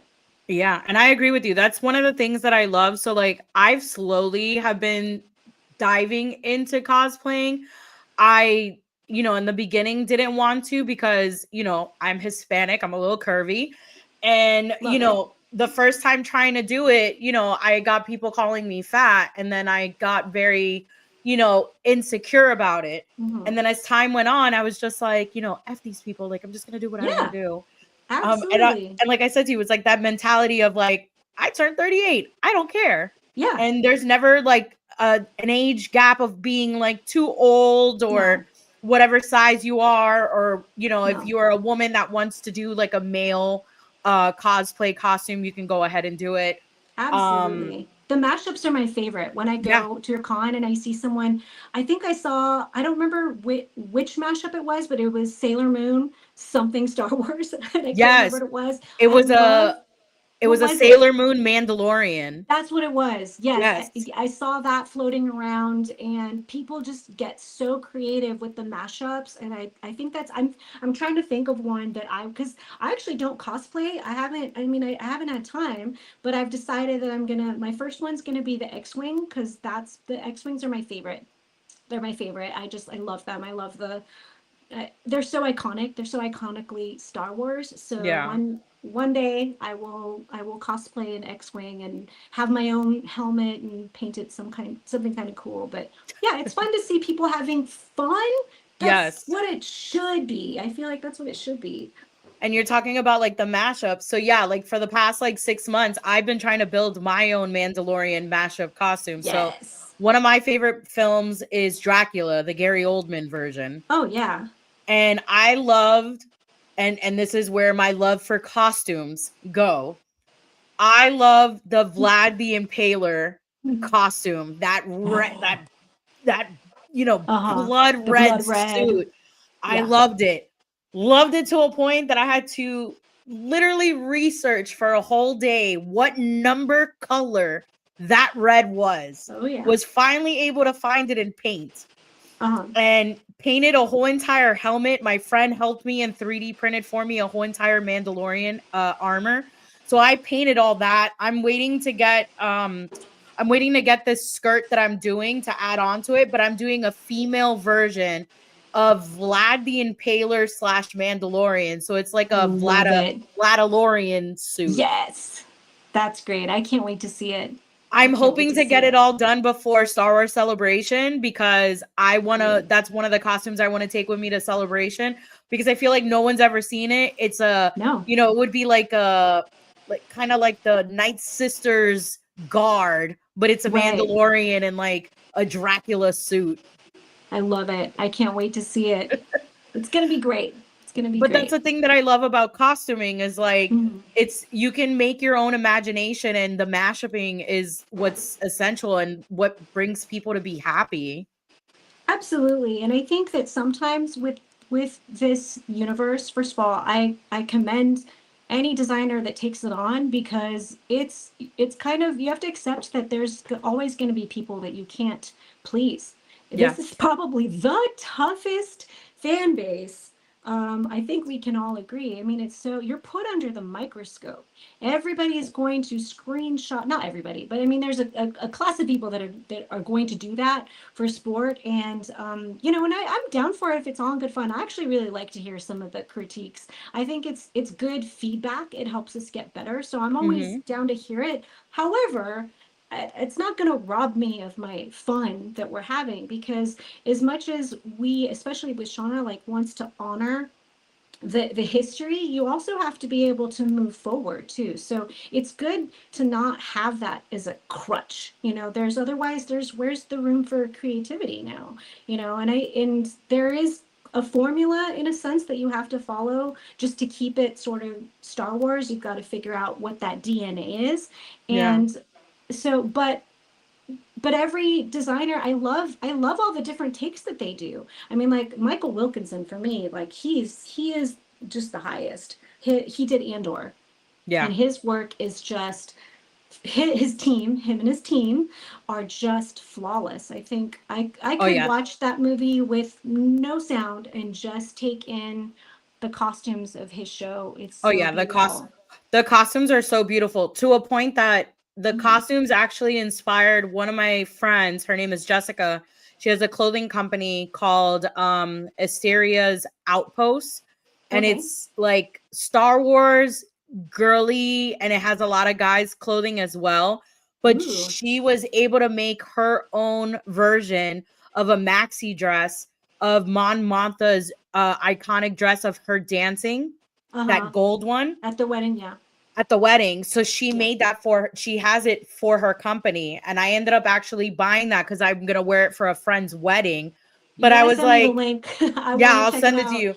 But she, like, I messaged her and I was like, hey, I was like, I'm going to a wedding, but like, I don't know why this dress is always constantly like screaming at me. I Uh-huh. want it. Do you think it's good for a wedding? And she's like, hell yeah. She's like, are they Star Wars fans? I go, no. But I was like, it'd be Who great if cares? I can get the DJ to play that song at the Uh-huh. reception and I'll just dance with the dress and no one's going to know, but I'm going to know. I love it. Yeah, But those yeah, costumes, they beautiful. were The world amazing. building that he did on that world. I mean, all those planets that they get to go and visit. That's always fascinating, especially to see from the other side of the pond, because Hmm. we're not looking at each other's homework when we're working on these things. I mean, we had Obi-Wan and Skeleton Crew were filming at the same time as what we were doing, and very even though we were shooting on the same lot, we were kind of separated. So we don't really get to see what they're doing until it comes to air, and it's fun. It's fun to see every designer's interpretation of this world, tying in that in DNA, but moving the needle forward or getting to tell it through them and their teams different flavors is that's to be celebrated, I think. So I'm not really, I don't take it too much to heart, what all the negativity that people want to have. It's just kind of like, unless you know what it's like to work in the film industry, to work with the kind of deadlines that we're given, I'm not going to spend my time online like with trolls arguing that. It's kind of like, well, you weren't there. So either enjoy it or not. It's okay. It doesn't bother me. People are entitled to their opinions. Now, if it's constructive, I do like that. I think that the constructive criticism, I think, is always, or feedback is always good. But people that just want to hate on whatever, like, why are you even watching that? Watch something else. you Yeah, know? I agree. Yeah. Clint wanted to know, do you have a favorite material that you work with? A favorite material. I like to drape a lot. So I like what this was something that was introduced to us by one of the keys that we had. The key right for me? No. She finished out Book of Boba Fett. Her name's Michelle Motor. She's another Mm-hmm. one of my teachers that I learned from how to key. And there was a point where, she didn't have as much of the sewing skills or background that I did, even though she's a lot older than I am and she's a designer. She's so knowledgeable. She knows how to fit, but sometimes um, trying to kind of wing it with just bolts of fabric in a fitting room, it's hard. So she had this idea to use dress forms to kind of map out your idea beforehand. And that Oh, was great. wow. Once we started doing that, we were like, why haven't we been doing this all along? It was so great because we were able to go into the fittings after. This was again because of her, and we kept doing this all the way up until Ahsoka. We were able to kind of figure out our ideas on a dress form, and this became our new standard. What we would do is Frederick and I, or our other fitters that we had, we would each take a mannequin, we'd get a person, and we would dress up this mannequin.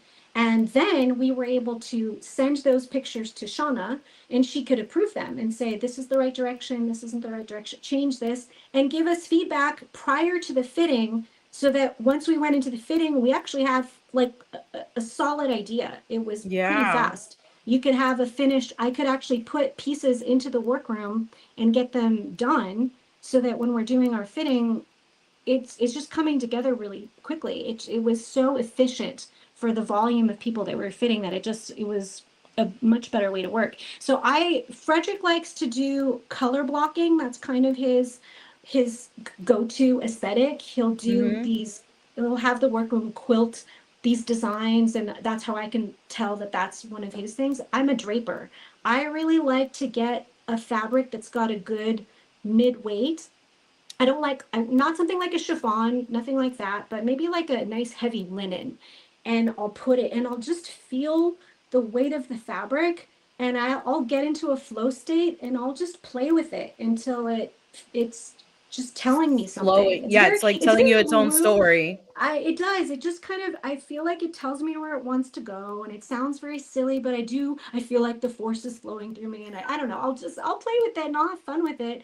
But the other thing that I like to do, this is my favorite thing, Luis Nataro, or Naporia now, he is one of the people in the one of our custom made people.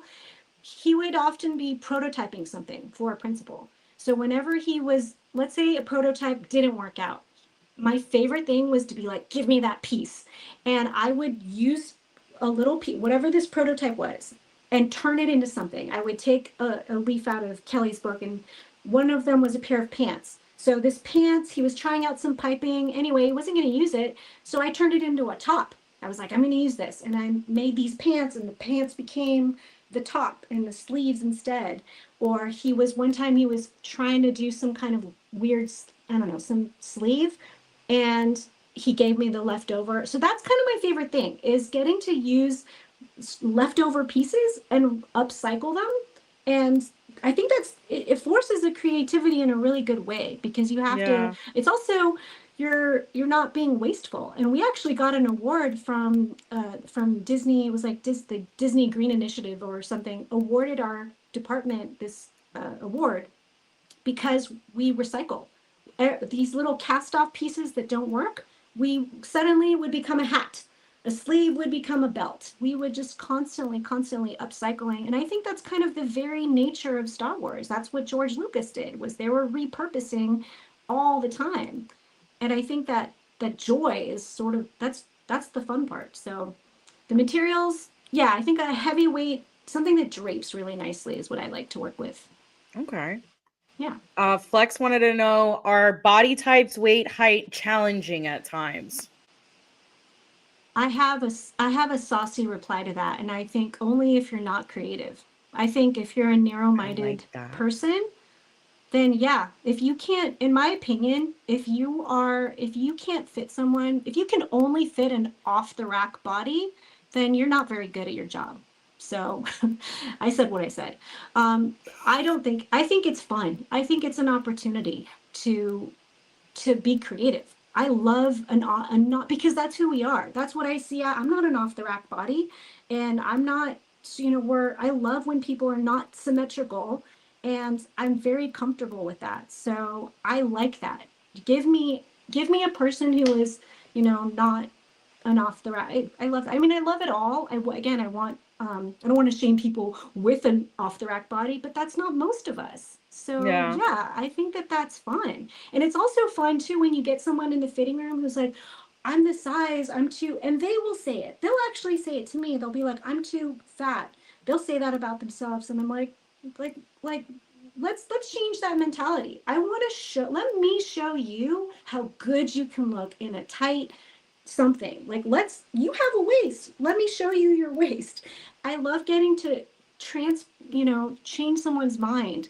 And then they look in the mirror and they're filled with confidence. That's so great. And it makes me sad that so many people are hearing that the world has shown them this mirror that their body isn't beautiful. It breaks my heart. Like when people apologize before we have even gotten started, if they're apologizing for their bodies, why is that a thing? And I didn't know why. It's because they've told me, like Katie Sackhoff, she gave an interview. She talked about, how costumes, people in the costume department have said difficult things to her, and actors experience that a lot. We need more advocacy for them in the costume department, and I want to be that for them. I want to be an ambassador of costumes to our actors, because they need it. They hear way too much negativity, and I want to spread it out more that it doesn't have to be that way, that we're not all here to judge your bodies. A lot of us are here to celebrate you.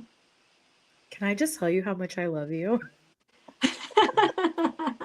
I love you. I You're a think we're soul gonna become sister. best. Yeah, we're like soul Oh sisters. I yeah, think we're gonna become already. like best friends. That was the most beautiful thing ever. I'm like I was starting to get watery in my eyes. No, because like I said to you before, I'm not a big name whatsoever. And it's like I'm constantly always feeling the pressure of, you know, seeing twigs online, like, Mhm. you know, in costumes. And then, when I wear the same thing, like I have a Bo-Katan whole entire cosplay. I have the suit and everything with the helmet. I have the jetpack and everything. And like when I first put it on, yeah, I was a little heavier back then. But I had people that were responding going, "Oh my god, that's such badass. Like you must have Yeah. spent a lot of money on it," which I did. Like Yeah. I Oh wanted an yeah, they're authentic, expensive. yeah, I wanted an authentic Bo-Katan cosplay suit that I wanted to be my first thing that I wore out in the open.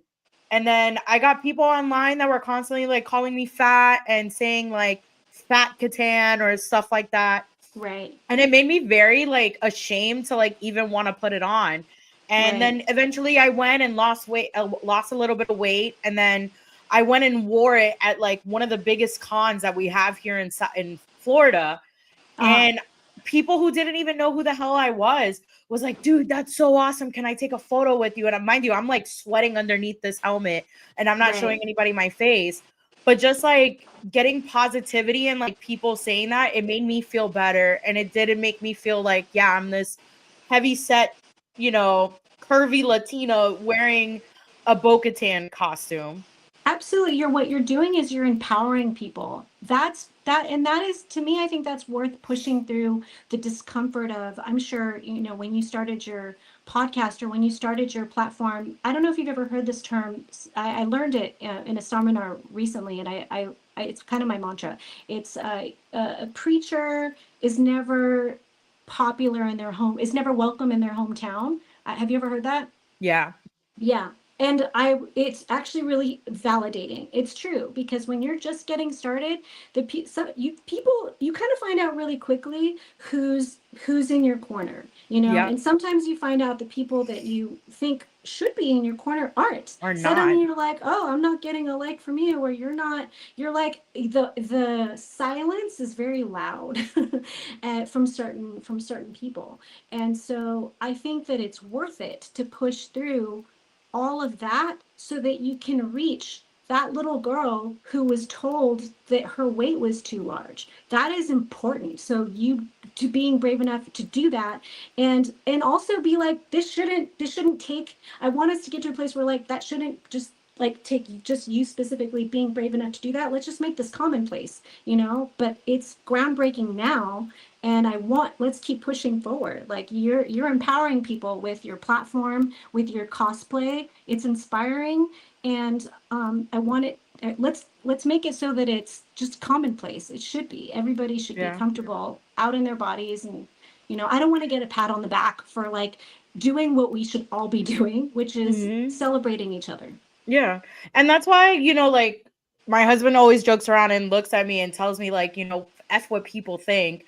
Yeah. But he's also has told me that he's been extremely proud of that I have, and yet again, I'm going to use the word, the cojones to Uh-huh. go and do that, because I've had guys write me and tell me like, hey, my wife doesn't have, and like one of my friends, Zach, he has a page called Grilled Cheese Collectibles, and he's like, hey, he's like, my wife, and it was like the message he wrote to me actually had brought me to tears. And I wrote him back and was like, I was so thankful that he wrote that, because at the time I was going through like bad depression with my weight going up and down. But Mhm. he said to me, he was like, you always constantly like not being afraid and like posting your cosplays and stuff. My wife has seen your page a lot, and now she's gotten a lot more comfortable Yes. and like wanting to Yeah. go out there And I was like, yeah, Yeah. man. I was like, I'm just embracing it for the thick girls. I was like, Yes. I'll get called thick with 3 C's and I'll be fine with that. Me too. Absolutely. Me too. I just started lifting recently, which is So have like how, I. yeah, isn't it? Don't you feel like empowered? I'm like, oh, I want to lift more. I never Which thought I would is do this, and I which love is it. weird. So it's like right now I just look regular, but like when Yeah. I flex my arms or like start working out and lifting, Mhm. I feel like I now understand why people who are in the lifting world tell me that like, dude, don't do weight loss, go lift. You lose Uh-huh. more weight by Uh-huh. lifting and everything just tones up. And Yeah. I have felt more like a badass lifting weights than as Uh-huh. opposed to like going to sit at the treadmill and like run for like 45 Yeah. minutes. Same. It's such a great Same. feeling. It's such a good feeling. I'm like, why haven't I done this before? This is so fun. And I don't consider myself to be athletic, but I was going, well, again, with my dad, he passed away unexpectedly and he had, a health issue none of us knew about. And I was like, I don't want to be that. I'm a mother and I need to be Yeah. strong, if not for myself, I want to be around for my child, and I want to show him that also too, it's not too late to get started. I'm 42 and I'm lifting for the first time, and I want that to inspire someone else to feel the same, that it's not too late to get started. Because I'm starting, I love it. I want to keep going and I want to keep sharing that project. What is it? Progress. And also to share the discomfort because it's uncomfortable. I'm only just now putting my face out really for the first time, and I sat in my office here for like 30 minutes before being like, so thank you. I bought chicky nut. I know I'm talking about like fitness, but I bought comfort chicky nuggies because I I was know.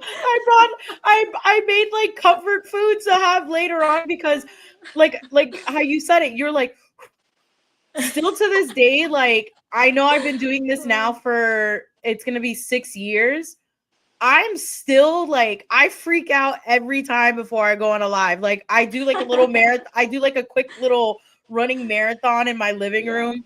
I'll look at yeah. my dog and like pretend like my dog's giving me these pep talks and we're like Oh dancing and yeah. jumping. And then I do like that motivational like chest Uh huh. pounding from like Uh Wolf of huh. Wall Street. And I'm just Uh like, huh. all right, I'm ready. Uh huh. And then I'll like hop on and I'm like, okay, Yeah. I did good.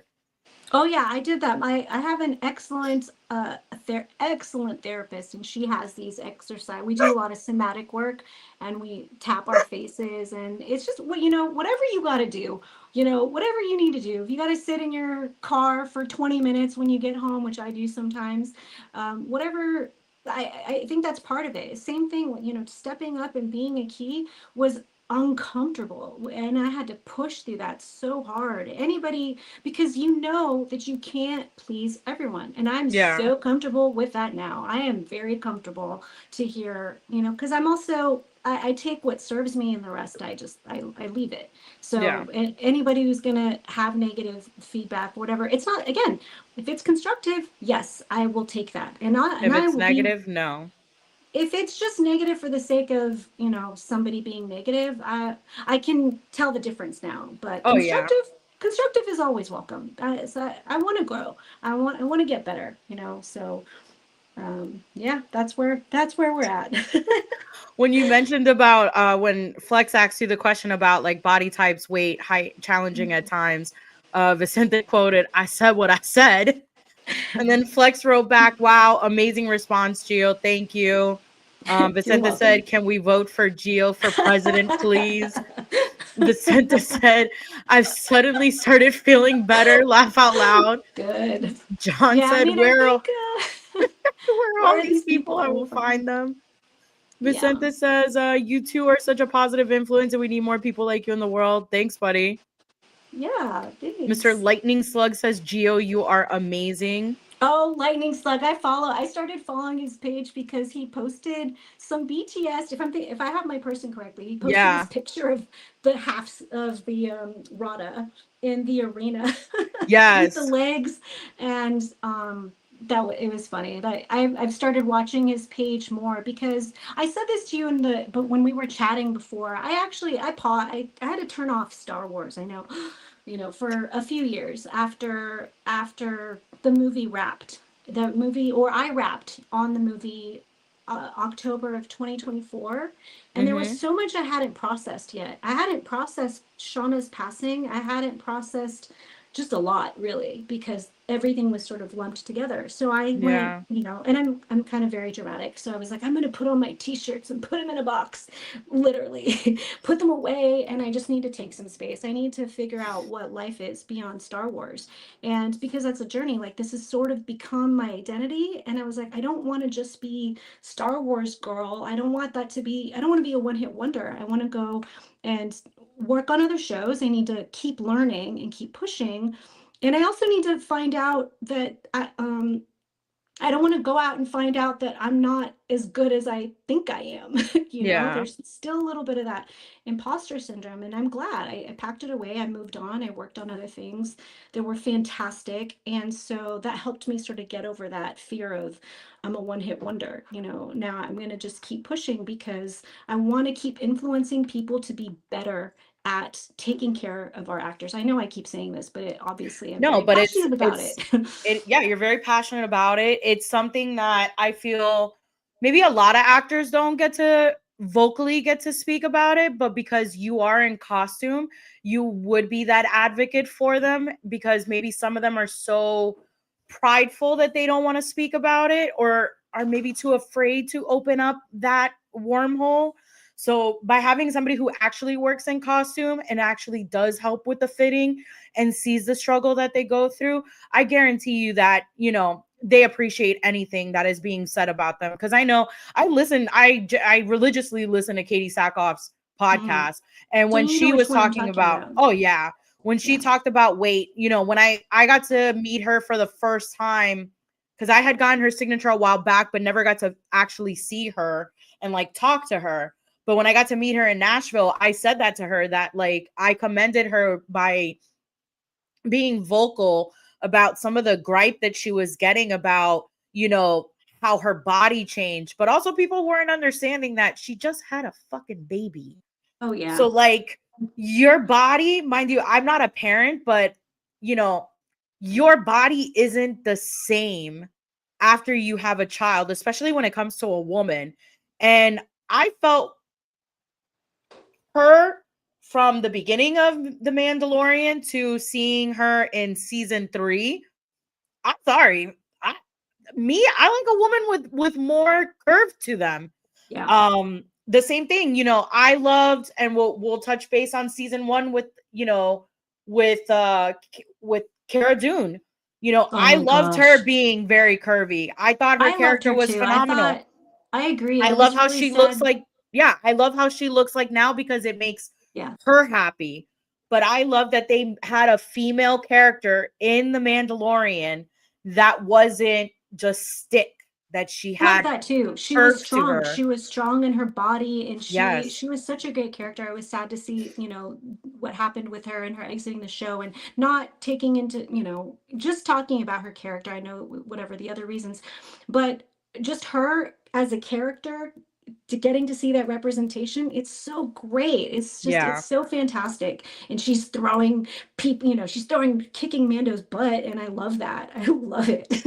Just totally holding her own. I love that how she throws a punch. I'm like, I want to go hit something. you know, The she was such a badass character. the lightning slug said, "Yeah, that's me, all right. Appreciate you both, genuinely good people."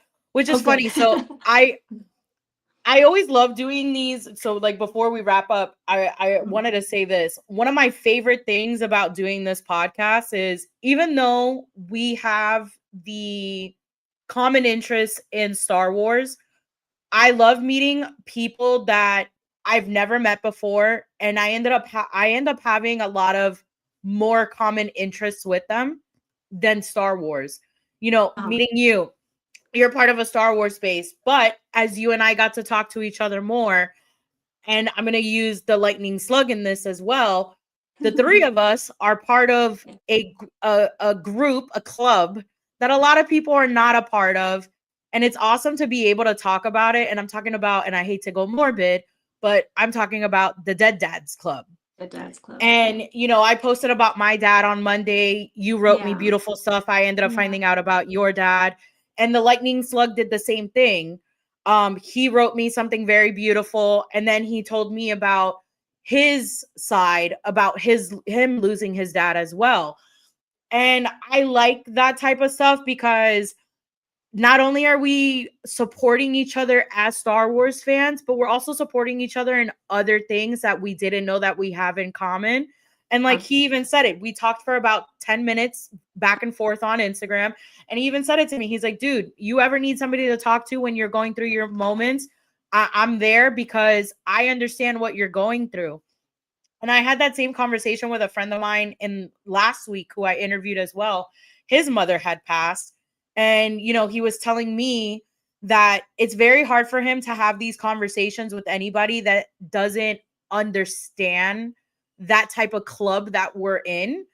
Changes you. It just It changes changes you in a you. way that, I mean, again, if you haven't gone through it, and this is, I mean, whether or not you're close with your parents or not, but it just at its core, it changes you. And there's no other Mhm. way. And it's weird because I would even argue to say that for me as a parent, it changed me more than having a child, and that's profound. Yeah. Because when I had my child, I was still me, and yes, I've had to grow and I've had to become a parent, and it's really, I had to grow up real fast, and I'm still growing. I want to show, it sort of highlighted to me too. My dad never complained about his pain. He never talked about it, and I think that's part of our generation. It's a little bit part of our culture, but I don't want to do that. I'm very into cycle breaking. I'm the cycle breaker of my family.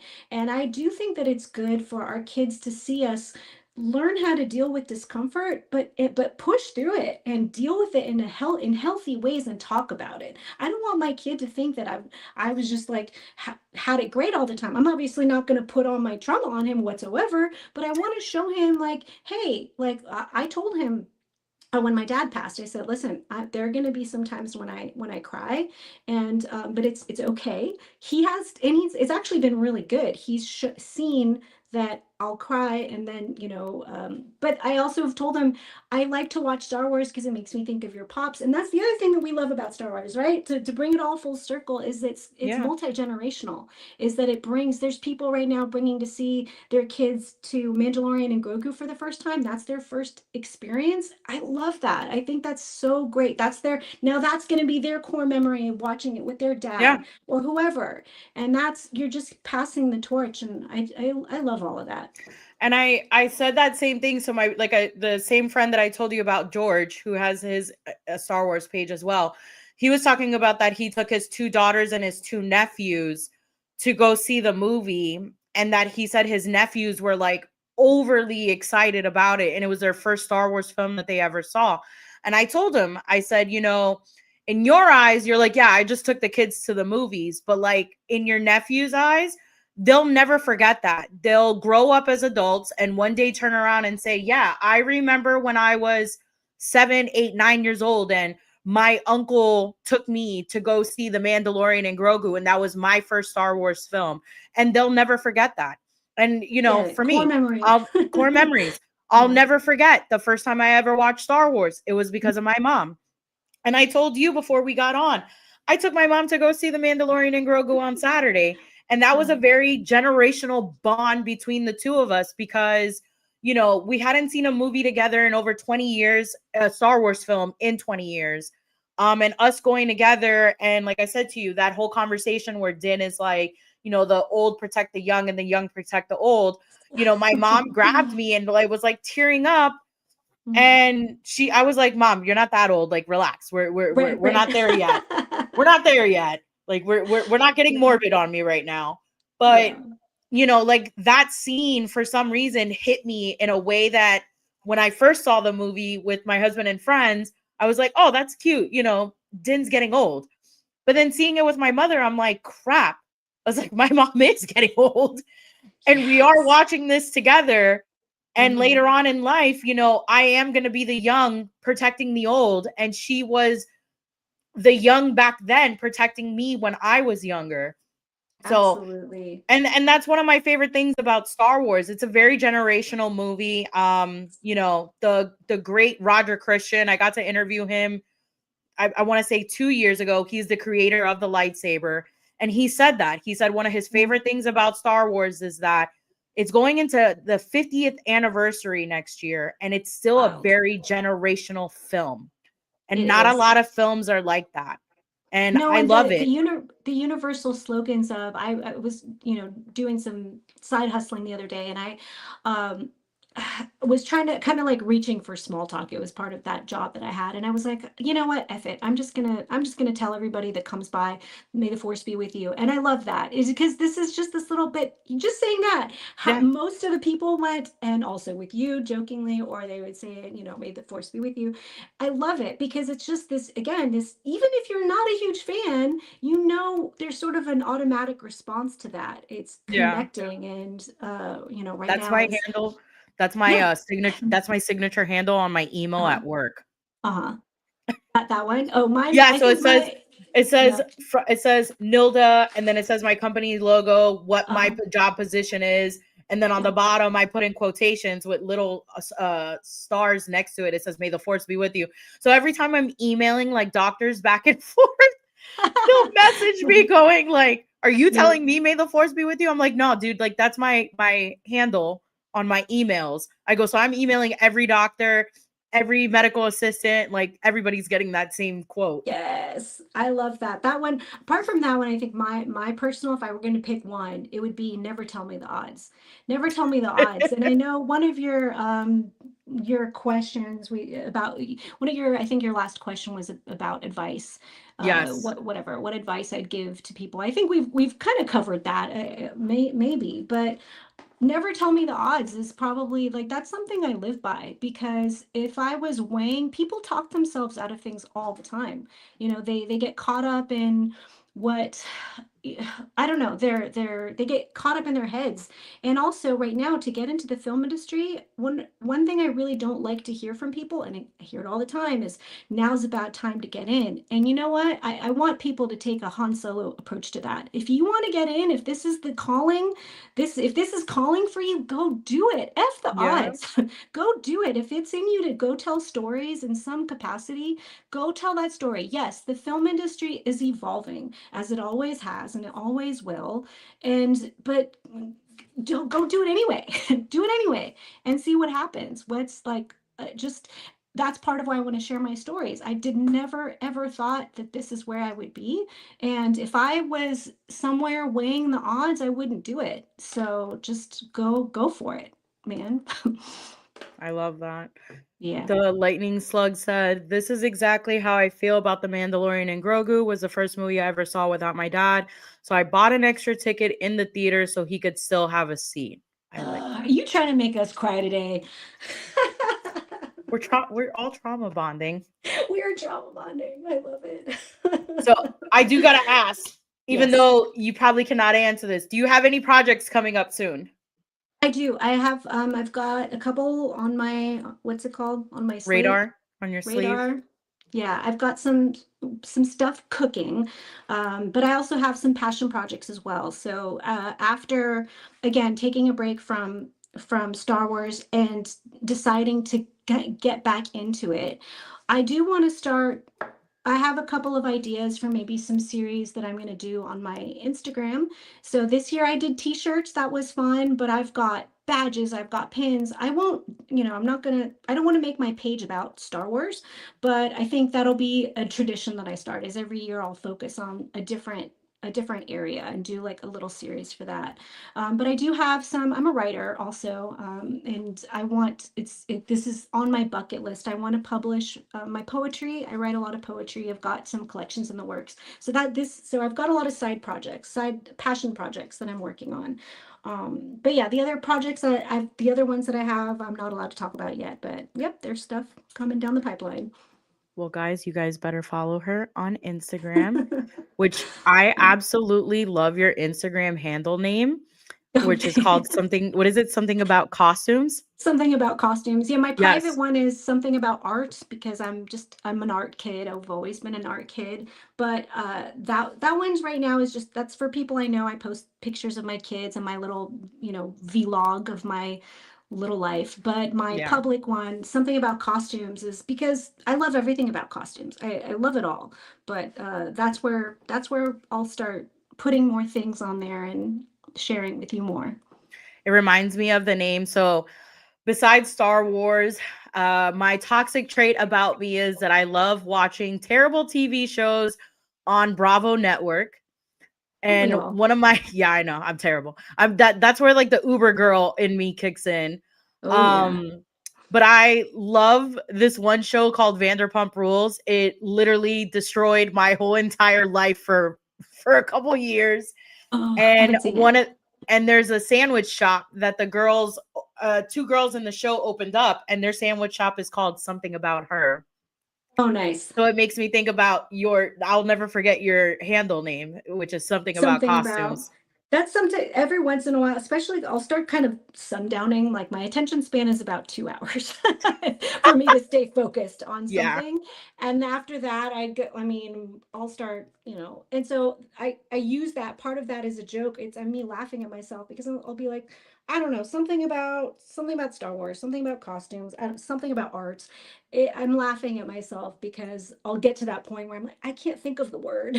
Yeah. I'm just reaching, I don't know, that thing. And it's funny too, real quick because I just bought the book, the visual guide. I love those visual guides for Star Wars. Yes. So I overnighted it and then it was delayed and it was just this I saw thing. you posting about it. Like it was I just a whole bunch of stuff trying to get to you. Yes, it took 2 days. I finally got it. And now I'm opening the book and I started going through it.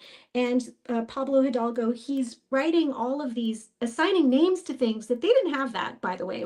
That's fun. I mean, I'm sure that's fun that he gets to be creative, but we're not all that technical sometimes. And just to throw out a fun fact for the snow troopers, which when we were developing the snowtroopers for the movie, they're little pieces that make all the little buttons and things. Those all have Mhm. to be mass produced. I mean, in house. And I didn't know what to call them. I was like, I don't know if these have a real name. I don't have time to look up the. I'm talking about the tiny cogs and the actual just tiny buttons that go on the chess piece. So I decided to name them Booby Doops, and that is what they are called. If we want to be canon, it's somewhere, and there's no pictures or anything like that, all but on the paperwork, like the actual paperwork, I called them Booby Doops. So out on the Booby tables, when doops. they're every time they would do a run of them and put the little buttons on the table, that is real. I didn't give them some technical name. One day there'll be a book and they'll have real names by Pablo or somebody. We'll give them real names. But for me, sometimes it's just that thing over there, the thing. The Booby Doops. The Boopy Doops, that's That's gonna real. get stuck in my head now, and watch. Um, There's gonna be mhm. something in my house that I'm not gonna be able to remember what the hell the name is, and I'm gonna be like that Booby Doop. Yeah, it's like the way that in the Pacific Islands, right? Don't they say Dakine? I kind of use it Yes. that way. Dakine. It's similar. The Boopadoops. I don't know. The Boopadoops. DeSantis Oh said he's man. already following the wonderful future President GIO. We should make you the president of costumes. We we we got to figure something out. Flex said I'm he's just happy to following. be ambassador of costumes, ambassador of Star Wars costumes, hopefully. Well, If that could be a title, someone at LFL make that position and vote for me. I'd like to be the ambassador because I could talk all day. We won't. I know this is already, this is long. I told you, I said 40 minutes, sis. Like that's asking too much of me. oh, But I don't care. I loved it. But like I said to you, I usually just give 40 minutes because it's like I feel bad going, yeah, I want to kidnap you for like the evening. But you were down to talk, and I was like, yes. I have no plans. You know what my plans are? I'm gonna watch my Yeah. Bravo TV show later on. Uh-huh. I don't care. And Uh-huh. then I'm gonna be passing out. So that's Was my Flavor plan. Flav on Bravo? What was Flavor? I No, don't that was know. on VH1. Oh God, I loved that show. So did I. Oh my God, I love that show. Anyway, well, see, you and I, we are best friends. Um, I'm gonna watch I'm gonna eat my chicky nuggies later, and I'm actually catching up on Bad Batch. I'm a season Oh behind, my so gosh. I know, I'm a season behind, so I gotta go home and finish that. That's what You I'm want to gonna talk do. about trauma? Whoa, wait, The first episode of Bad Batch was trauma, where you get to see a very young Kanan Jarrus, and he watches his master uh, die in front of him, and he just leaves her because she says, "Leave." No. Oh, okay, real quick though. I made a mistake and I could have sworn I saw both seasons. Well, turns out I didn't, or I don't remember because again, there's a 2 year gap here. So, I Yeah. pulled the plug on Star Wars. So I started at season 3, and then I went, wait a second, where's Echo? And I'm like, don't spoil it because I don't know where Echo is, right? But something happened to Echo, and I'm not ready to find out. But I couldn't turn back. I was like, I was too far in to turn back and watch season 2. So basically, I skipped season 2. I'm in the middle of season 3, and I still don't know what happened to Echo, and I won't Oh look. my I'm not gonna God. look. I'm gonna go back and find out the hard way. I know my heart's already broken. I don't want no spoilers. Don't tell me. But right now, I'm still like, what? Where is Echo? What That's how happened? I felt with Ahsoka. So the scene where it's like the whole Clone Wars flashback. Um Freaking friends wanted to go out to dinner that day, and I'm just Freaking like, guys, friends. we got to be done at a certain time. And then I think the show was already into like 20 minutes into it, and I'm still out to dinner, and like my phone is blowing up with people going, "Are you watching this?" And I'm messaging Oh, people saying, "Don't say shit. Leave me uh-huh. alone." I Mm-hmm. ended up turning off my phone, and then like I told my friends, I was like, "We got to go. Like I'm sorry. I love you guys. I'll see you another day, but like this was ridiculous for you guys to want to have Priorities. dinner with me knowing that I had a priority." Got home, yelled at my husband. I was like, "You need to go in the other room. You can't be with me." And I was in the living room, watched it, and I was watching it by myself. And that's that night that he's like popping in, going like, "Are you good? Like, do you need a hug? What happened? Did someone die?" I'm like, "No one died. Leave." I love it. I love it. I love this. I I love us finding our people, right? This is what Yes. this is about. We No, always want to I'm find definitely our bringing people. you. I'm definitely gonna bring you back on because this Yes. was great. This is probably one of my favorite interviews I've done in a very long No, time. stop it. No, Stop it's it. true. And even like Star Wars Hunter said it. He was like, it was like two besties catching up. And like I Yeah, said it, I know. And I'm I like, we just met. I know. But that's the thing about Star Wars that I love. And like I said it before, we could say like, hey, we love Star Wars and that's what we have in common. But then like later on, we dive deep into like what we really like. And Yeah. we'll come to find out that Star Wars was just like the entry. It Yes. was the Yes. introduction. We have Yes. more other stuff in common. And now like Yeah. Star Wars is now thrown in the back burner. And like we're friends because of it, but we're friends because we like other stuff. Next time I'll be back with a new tattoo. I'll show you the one I have that I can't show you right now, and we'll just there's so I mean I have so many stories that I can share. I mean I meant to tell this one about Dimitri, but I'll save it. We'll save it for next time because actually Dimitri and I have a really good story about him becoming a stormtrooper. But I think we'll take A a little note from Star mystery. Wars, a little mystery. Save that story for next time. Well, listen, Yeah. if you're not filming in like Mhm. another state or country, I'm I'm gonna come find you during Yeah. Star Wars Celebration. I'm Oh no, I'm pleased. I'm gonna be here. okay. I have my tickets. I actually don't have Saturday. So I waited in line. I got no special treatment. So I had to wait in line like everybody else with the little guy. And Saturday was sold out by the time I got it. So I'm missing Saturday. So if there's That is the anybody most out hated there, man in the universe, by the way. I know he's the worst, He's but the worst. anyway, at least I got some, as I know some people didn't even get any. So I'm great. I got Thursday, Friday, Sunday, and yeah. But I'm sure we will Oh, find each other. we are We're gonna definitely run at hanging each other out. in slow motion. Lightning Slug said, "Look for a wandering rod ahead." I We can gotta have a party. I Oh. know. Well, guys, Yeah. has this been like I'm like out of what is it? I'm parched. Me too. And my nuggies are cold now. I I gotta know get I'm gonna them. air fry my food. Guys, thank you so much for Thank tuning you. in. For all of you Thank guys that you. were on for this 2 hour segment, this was freaking Fun. amazing. Thank The you. details of like literally, I have so much appreciation now for the costume department. It's not even funny. Like it Can't truly wait is to not. thank you, and definitely next time around. I meant to, we got sidetracked, but I really do want to get on and just focus on them. and just talk about them. They're fantastic. I can name all, 100 of them, but they deserve so much more attention. So this is an intro to that, and we'll talk about them a lot more next time. Yeah. Well, guys, make sure, like I said, make sure to bother her. Go follow her page, something about costumes. Thank Be on the you. lookout for any future adventures that she's going to be doing. Like she said before, she did do like a whole little chronicle adventures of different t-shirts that she's worn throughout the years. So check that out. It actually inspired me to get all my Star Wars jackets that I have, my racer jackets. So I'm probably going to do like a little funny reel with them. You do But one.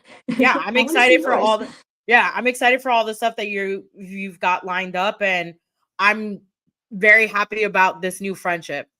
Me too. Me too. Great to meet you. Thank you for having me on. Thanks for listening for all these 2 hours.